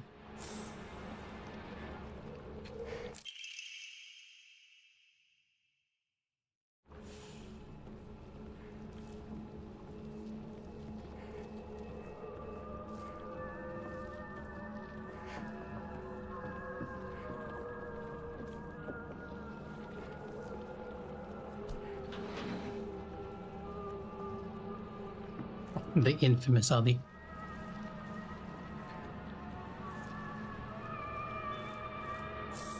Chocolate.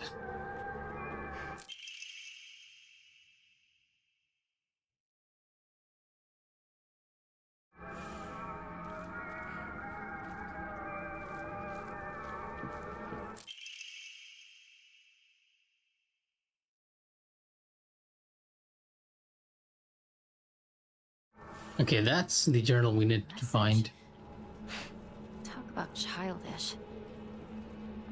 That's the one which gives you the hint for Asakura, and I feel like it's changed now. Because in the other difficulty, her favorite item, Asakura's favorite item, was egg, but this time it's bus. So we'll have to transliterate those numbers to that. So give me a second. I hear my sibling coming in. Let me just go greet her.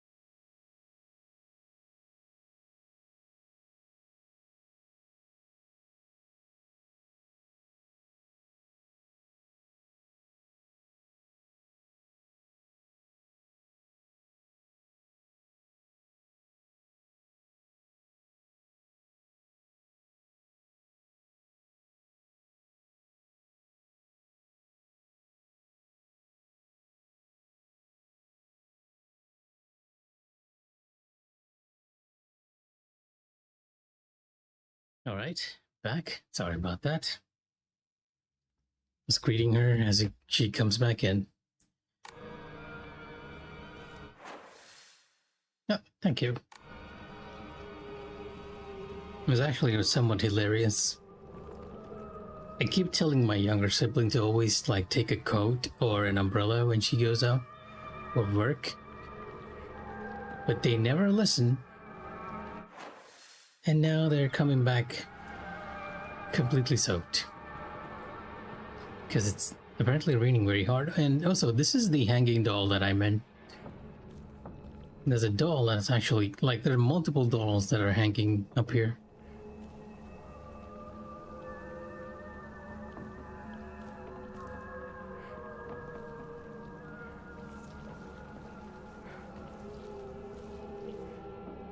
Okay, now we have a few clues. Aoi's is the one that I'm looking at right now.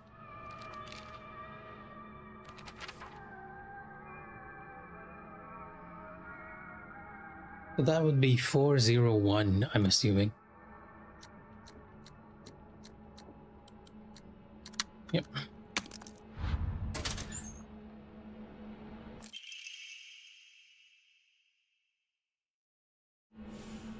Oh, I'm starting to realize that maybe the locker codes have not changed between difficulties. The only locker code that might have changed is the main one, right? The one that you need to continue the story for, because these hints are the same as the other ones. Like that hint lets you know that hey, Suga's combination looks like a cry for help. And I'll explain what that means when we get there. Don't think there's like any other combination we can open here. So, next room.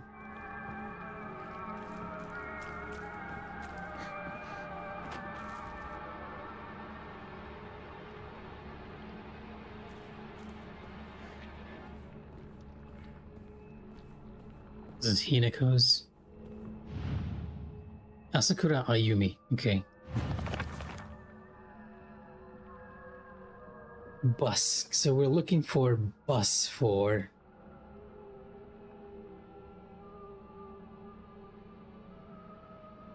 okay.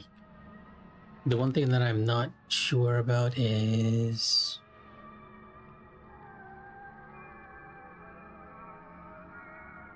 okay, you know what? I think I have an idea of what's going on here. It's 8.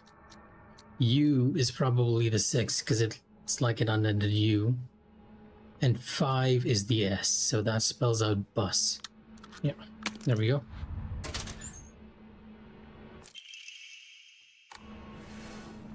Okay, the hint for Suga's code is that when it looks spelled out like it's calling for help. And the answer is actually 505. This was one of the easiest ones for me, right?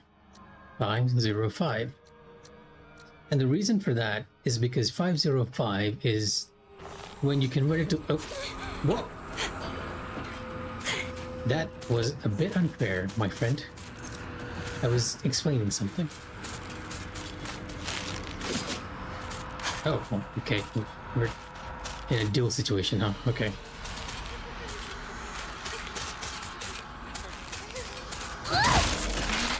I'll take care of both of you at the same time.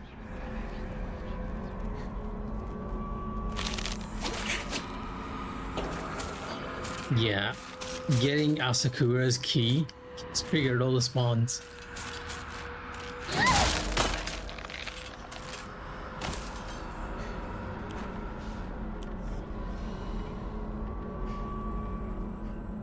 Yeah, and can't wait. Wasn't it? Oh, are we in the wrong room? No, we are in the right room.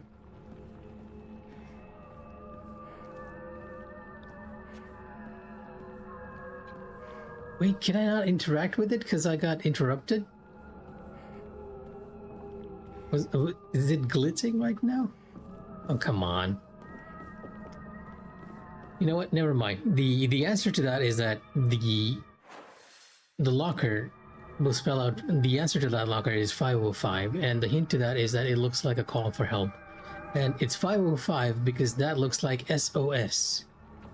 Not the most complex of puzzles, that one.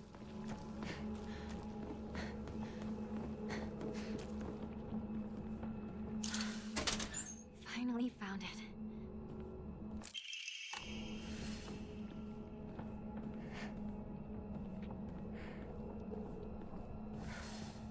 Yeah, and with that, we're sort of done for the middle school area.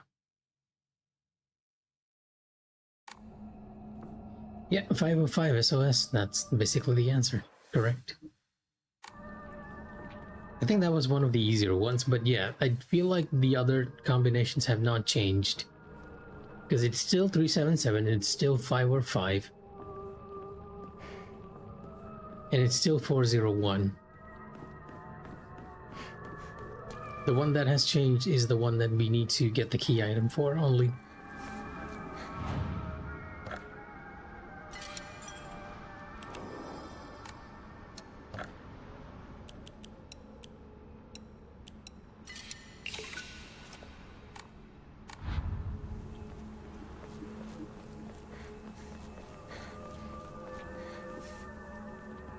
Now we can return to. I feel like we've managed to explore the whole place, but for some reason, I have this nagging suspicion that I might have missed something.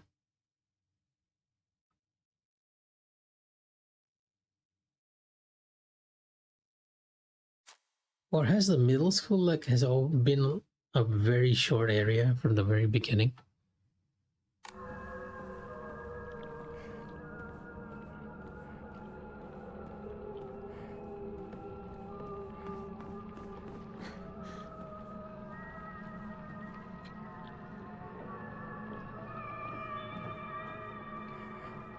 Shu's death has not occurred yet on my run. I think that's all the friends' deaths are about to happen after we go to sleep here.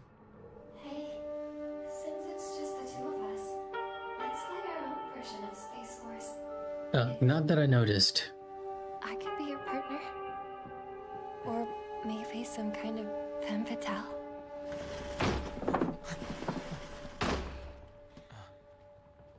Got it. Found the key. Welcome back. Sorry for the trouble. Your turn, partner. We've rested enough. Sit down. Shu and I can stay up and keep watch over you. No, I'm all right. Go. Get some rest. We'll stand guard while you're sleeping. Nighty-night, Hinako. It sounds a bit weirder in English when she says that. I think in Japanese it was just Oyasumi. Come on. You like that sort of thing, don't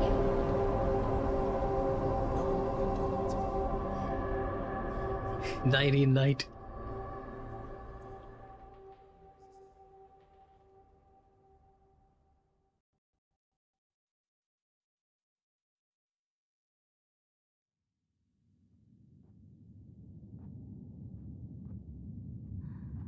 You saved my life and laid claim to my soul. Okay, that is a new one. Because you can see. I shall save your soul by claiming the life of your old self.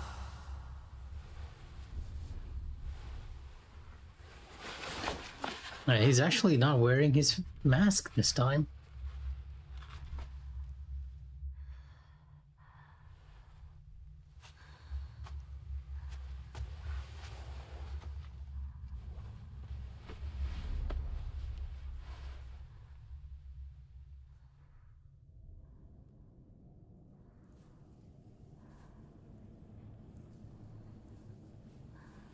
Wait, why is she wearing a mask?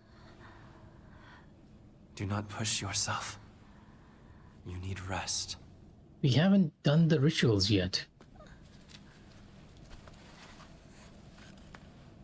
She already has the wolf arm too. I'm guessing this is a new game plus thing since we did that on our previous run.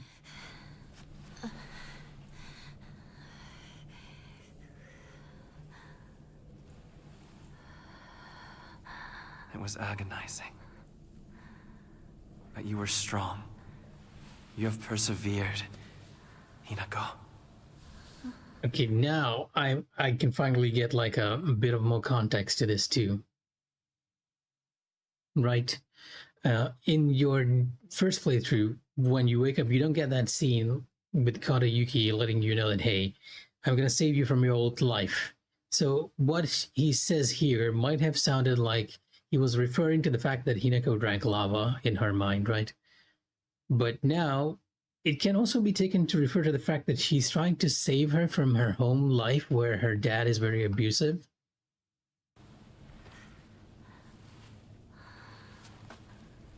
Yes, I do recall that. I just wasn't expecting us to have these powers immediately. Because previously we had to go through a lot of stuff to actually gain that arm and that mask and the ability to go just crazy in general.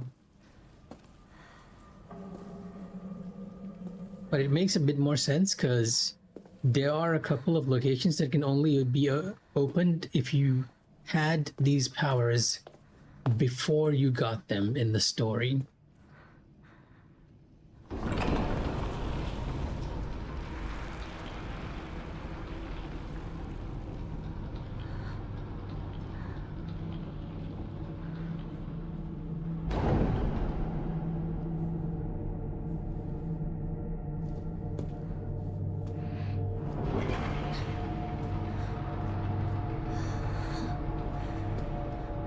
And don't ask me why the doors open and close slowly. It might be that Hinako just can't see the other people who are doing the door opening. Yeah, when starting the game from a completed file using an offering that recovers sanity will also fill up the Kudzu seal. Multiple inanimate enemies in a small area. Good to know.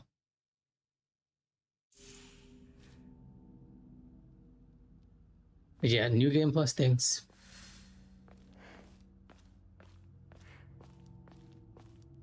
It's a beautiful arm. Even the blood is alluring. Oh. Thank you very much. Oh, excuse me, Kadayuki, that is kind of creepy.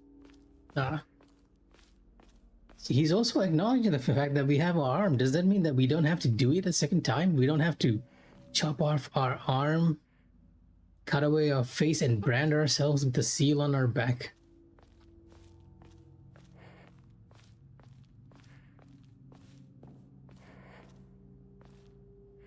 I wonder if the devs thought like it might be a little too much to repeat that scene. Oh, you can't be serious. It can't be the other arm.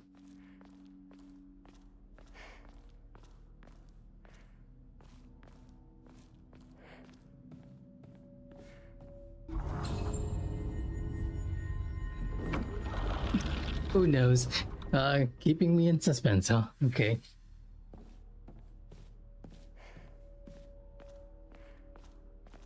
I don't think they'll do it a second time. I feel like the devs were like, we've shocked you enough with body horror mutilation. We're gonna stop with the first run through your game.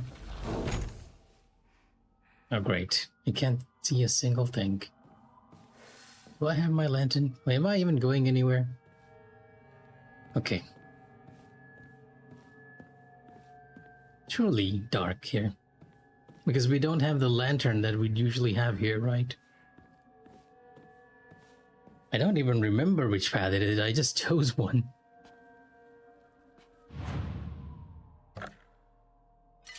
Wait.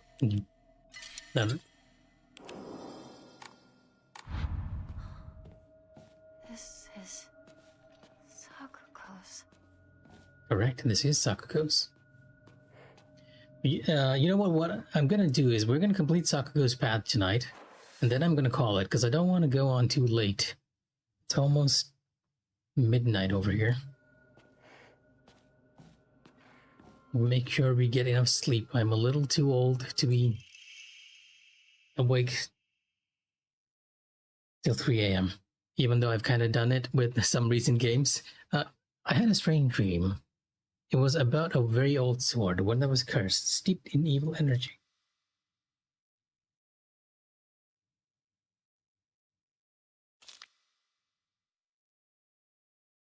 Sakuko sort of hinting us as to what we can do with the sword legend.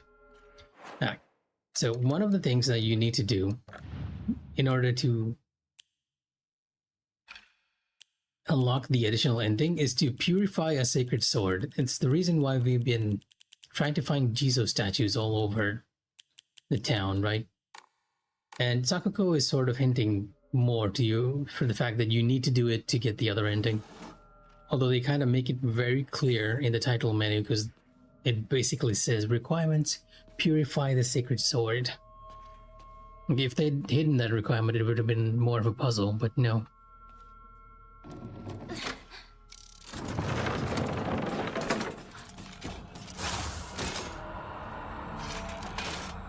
Wait, what? I forgot to change the Omamori.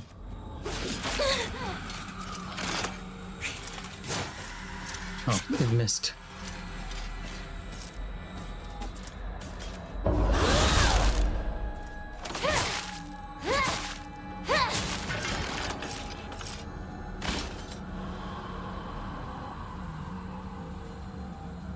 Hey, what Omamori do I have right now? Wolf, I don't need you. Spider, also I don't need you at the moment. Not even Otter. Yeah, Suzerain is fine.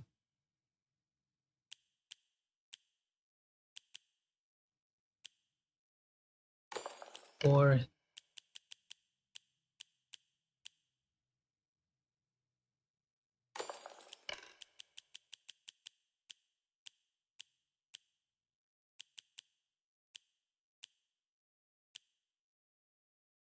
I have Mantis here so that we can avoid healing without needing to. And for once we can actually explore this area without the enemies respawning or having to drag them back to the blue lamps.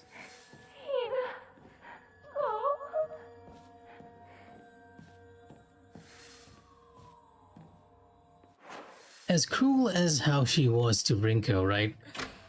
I feel like Sakuko had it worse. At least the voice actor for Sakuko in Japanese like really sells that feeling when we do whatever terrible thing that we are about to do to her here.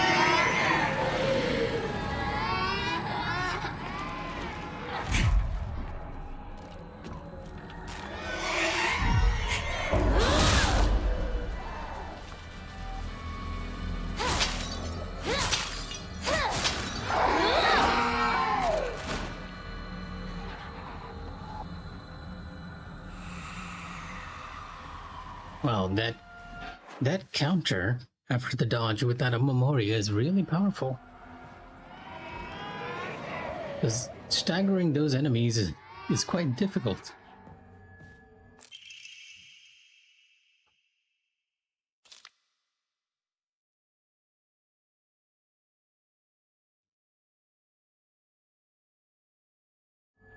No, Sakuko, I guess I need to keep an eye out on this because I feel like I might miss these diary pages if I'm not careful, since it's so dark. And Sakuko internal monologue kind of seeping in here. Like she was happy of the fact that Hinako slipped and scraped her knee. a bit of jealousy.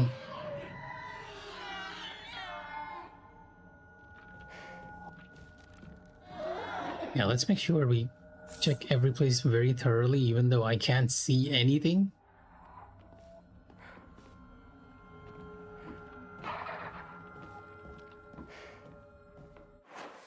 This is the way we came.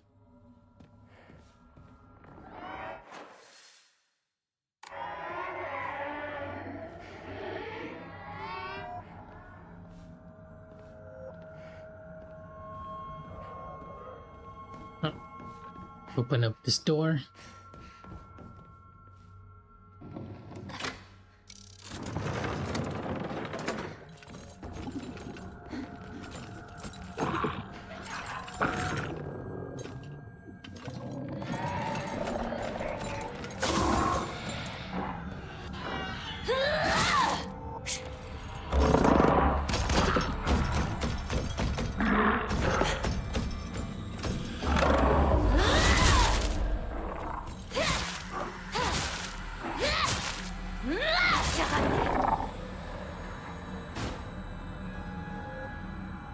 Yeah, Hinako is a different, well, a different beast. Well, she has our fox arm.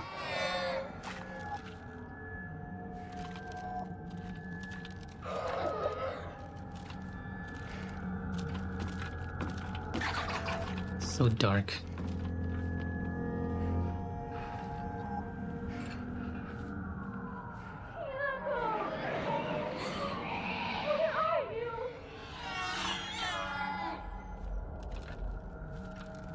I feel like there was an enemy in here too.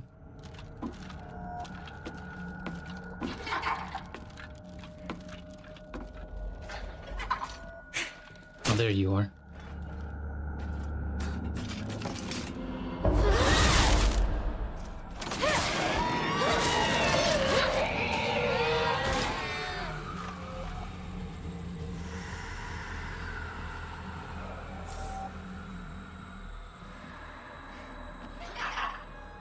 Okay, now that my health is full, we don't need the mantis one for now. What do I want?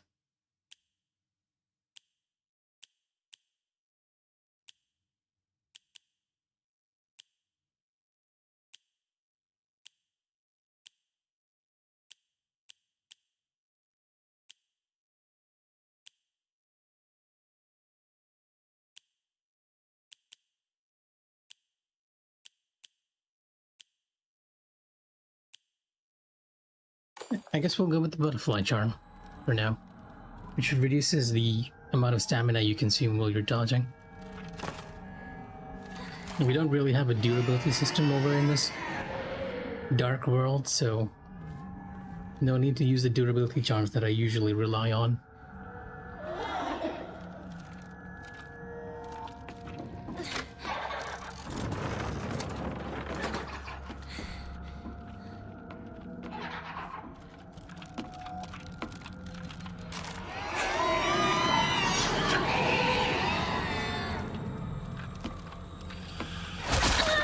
Oh, that was a little too soon. A little too late, not too soon.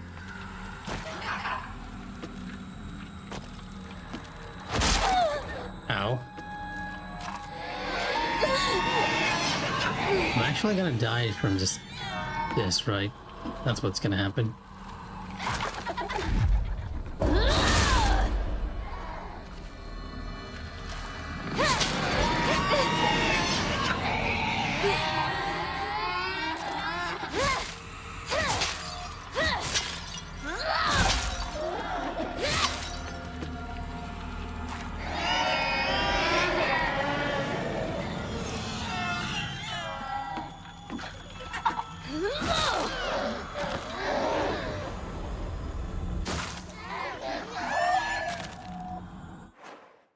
I guess we're going back to the counter charm, considering that I lost out there.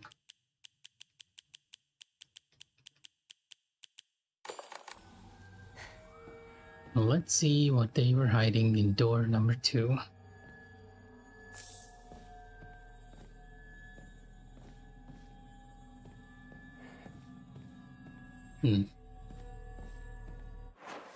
Okay, nothing. I was thinking that there might have been a diary page or something there, but that was not the case.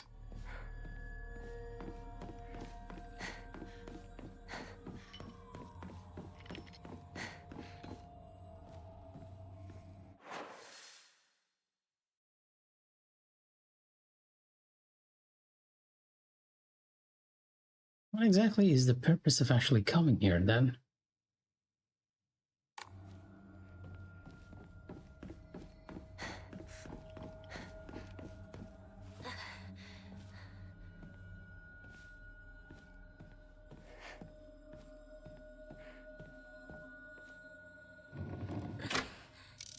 Yeah, Sakuko's path is indeed darker, and we all know the reason for that, right? Because Sakuko herself is deathly scared of the dark.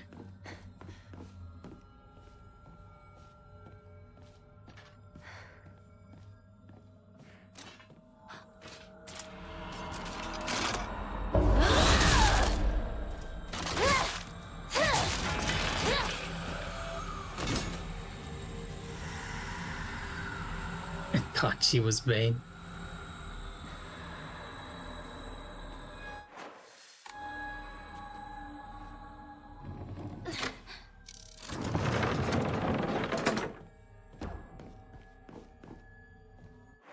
It's gonna be a bit easier this time just because we can take care of the enemies that are patrolling the hallways.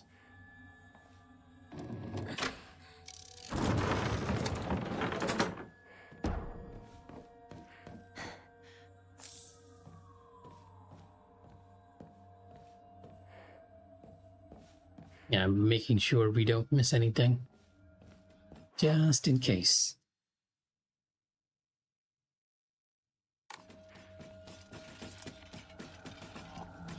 There's someone running around.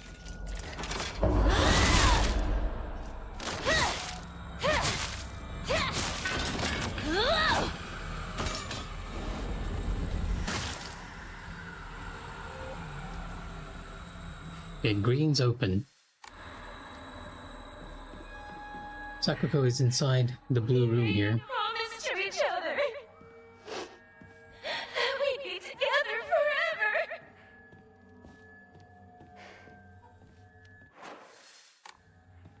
Yeah, this is coming back to what you were talking about before, that you sort of understood why Sakuko felt like Hinako betrayed her. Rabbits. Sakuko loved rabbits. And again, she mentions that promise. Only has rabbits as her friends. She should live with them in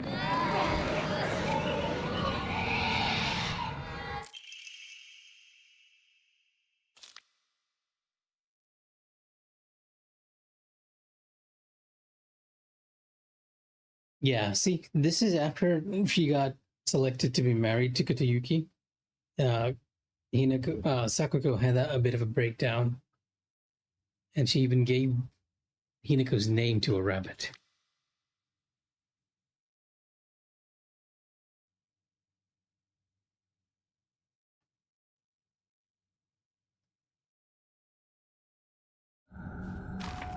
Why would I thought you were interested in the lore? Why would you not read it?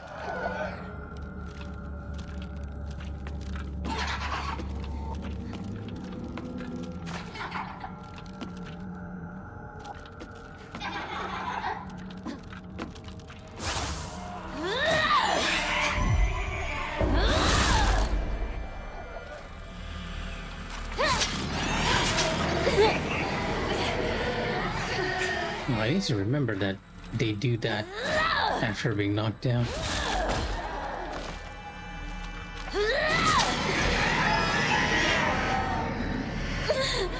Nope, and I got a little too close.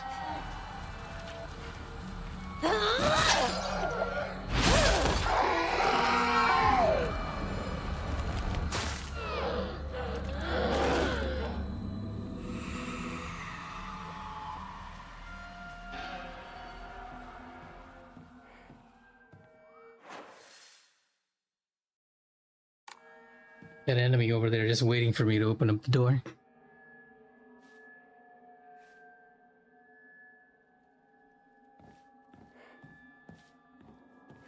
Yeah, that guy over there, just waiting for me to open it up.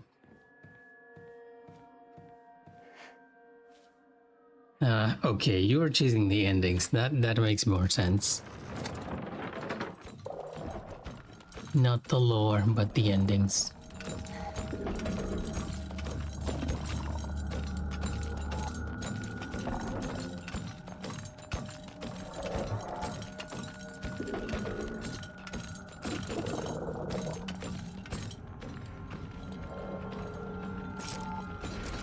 Yeah, I knew you would dare. That's why I'm trying not to do the other encounter first. Wait,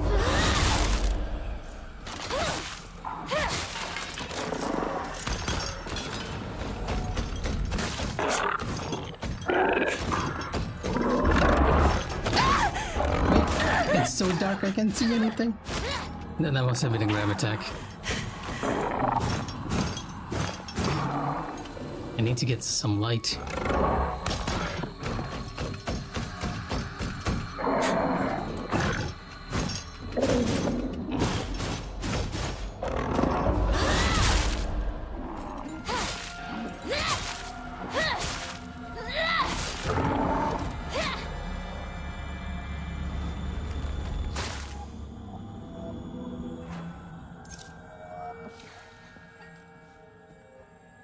Sure, I'm glad that we had a lot of divine waters around. And really, I know you guys probably see this as a hallway, but I'm not seeing the hallway. The only point where I'm starting to see anything other than black is around Hinako's ears, where the floor is turning like a warm color, right? Everything else is like pure black for me, so I have no idea what happened there. Like, I couldn't make out anything they were doing.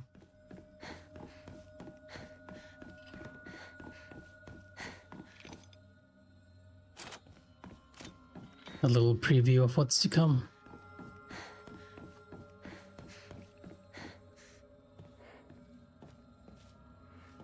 And it's also the reason why I'm just sliding along the bookcases and everything, because I'm not seeing anything here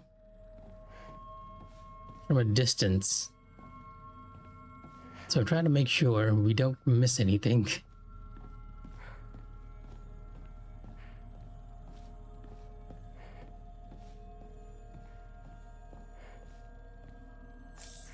Like that Kutsiti.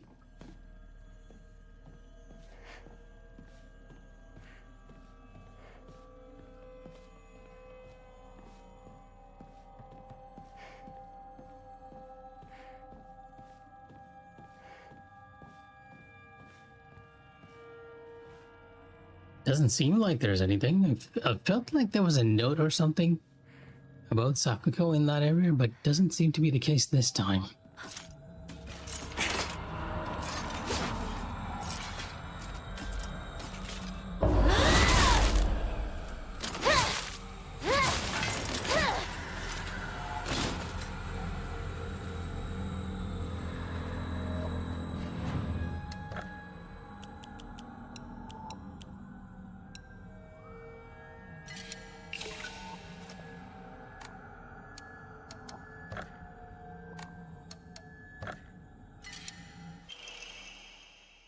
Decreases current max sanity consumed by charge attacks.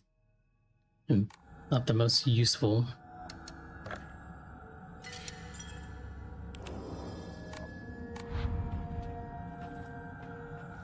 And you never know what you're gonna get when you're drawing in memories, because it does feel a bit random.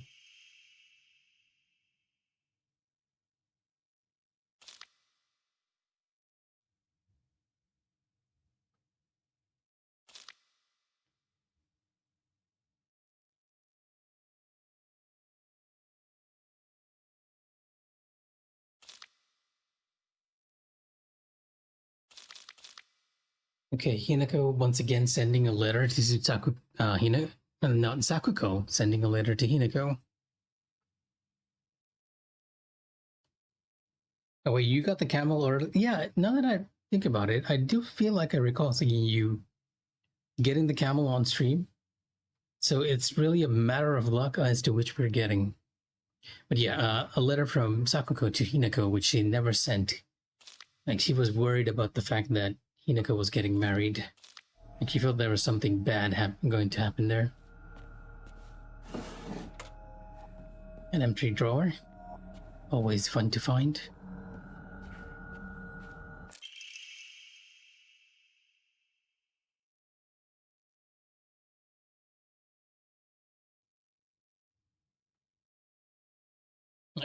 Okay, this is interesting. We got this diary before, I think, because Sakuko does mention that she wants to be a shrine priestess before, but now she's talking about her grandfather's fate being that of the Inari-sama.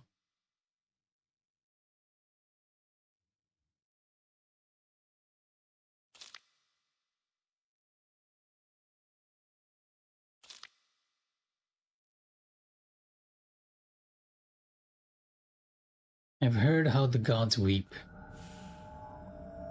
It's slightly different because I feel like in New Game, that diary lets you know that Hinako wanted to be a shrine priestess, which is why you have the priestess robes over here.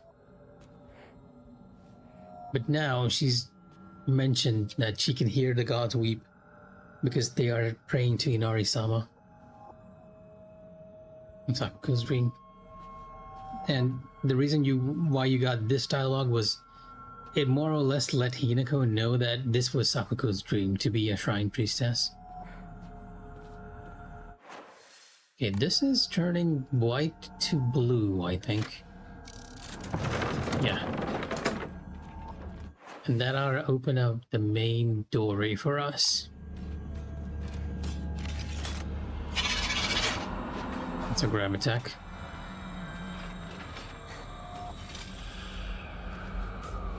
Oh, you got stunned by the light.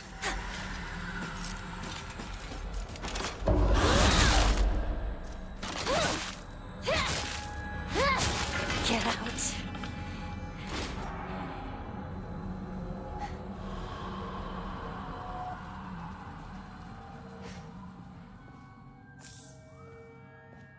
How many bandages? I have like 12 bandages.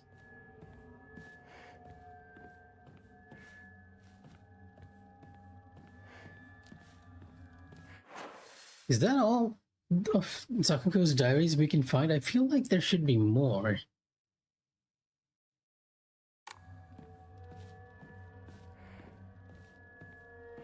Because this is the actual room where Sakuko is. Hinako!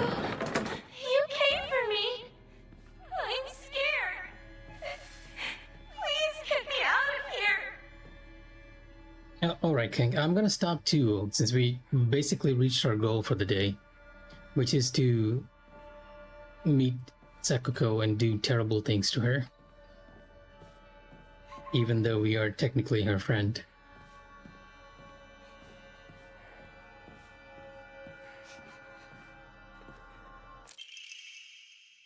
Two must face each other as one to pray for mutual prosperity. Those who do shall lift their heads to level height as if they were reflections in a mirror, as custom dictates. With the shading of light shall you condemn the past to the dark.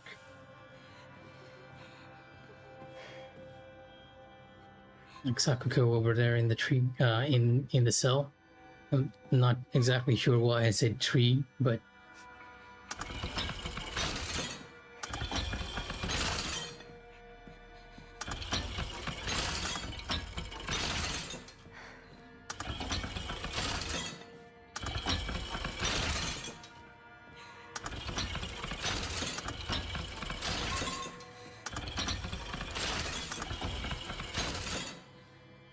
no, I'm not entirely sure how I did this puzzle before.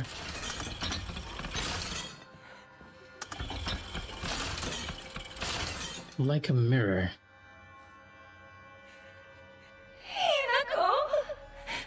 Help me! That's what I'm trying to do. Or at least that's what I thought I was trying to do on my first run. Now we know better.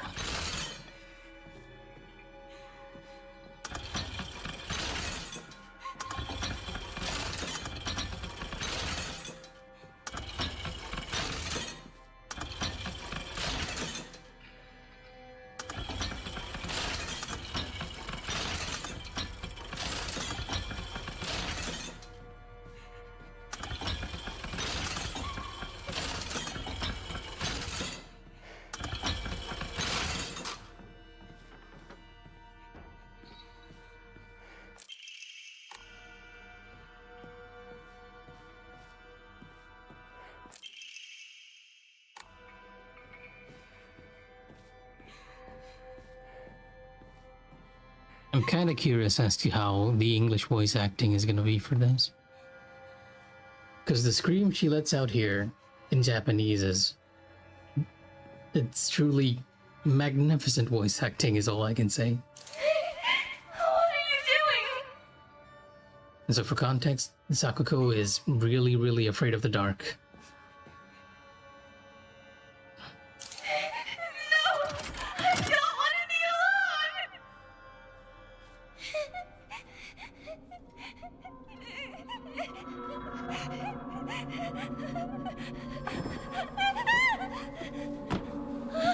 Hinako! Hinako, help me! Help me! Don't leave me! I don't want to be alone! Wait! Please don't go! We promised to stick together! You traitor!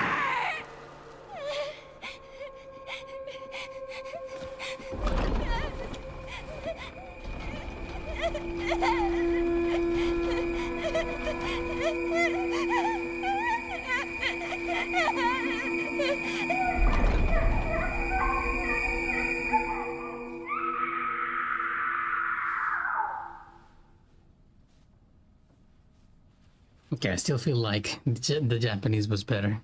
But that was a good scream. But yes, if you haven't realized it already, after what Junko said about killing your friends, that is what we're doing in this world this time. We are technically killing our friends with their own fears.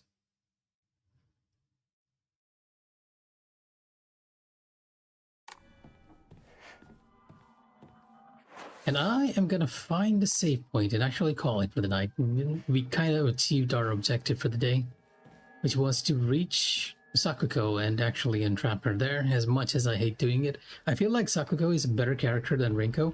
I feel less guilt when we do it to Rinko, but still, it doesn't feel nice at all. I think that was a genuine "are we the baddie" moment for me in the first playthrough.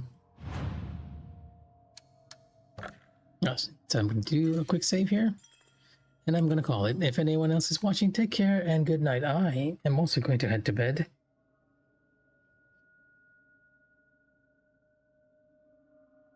Alright, and with that, here's Mikh'a signing off. Stay safe then.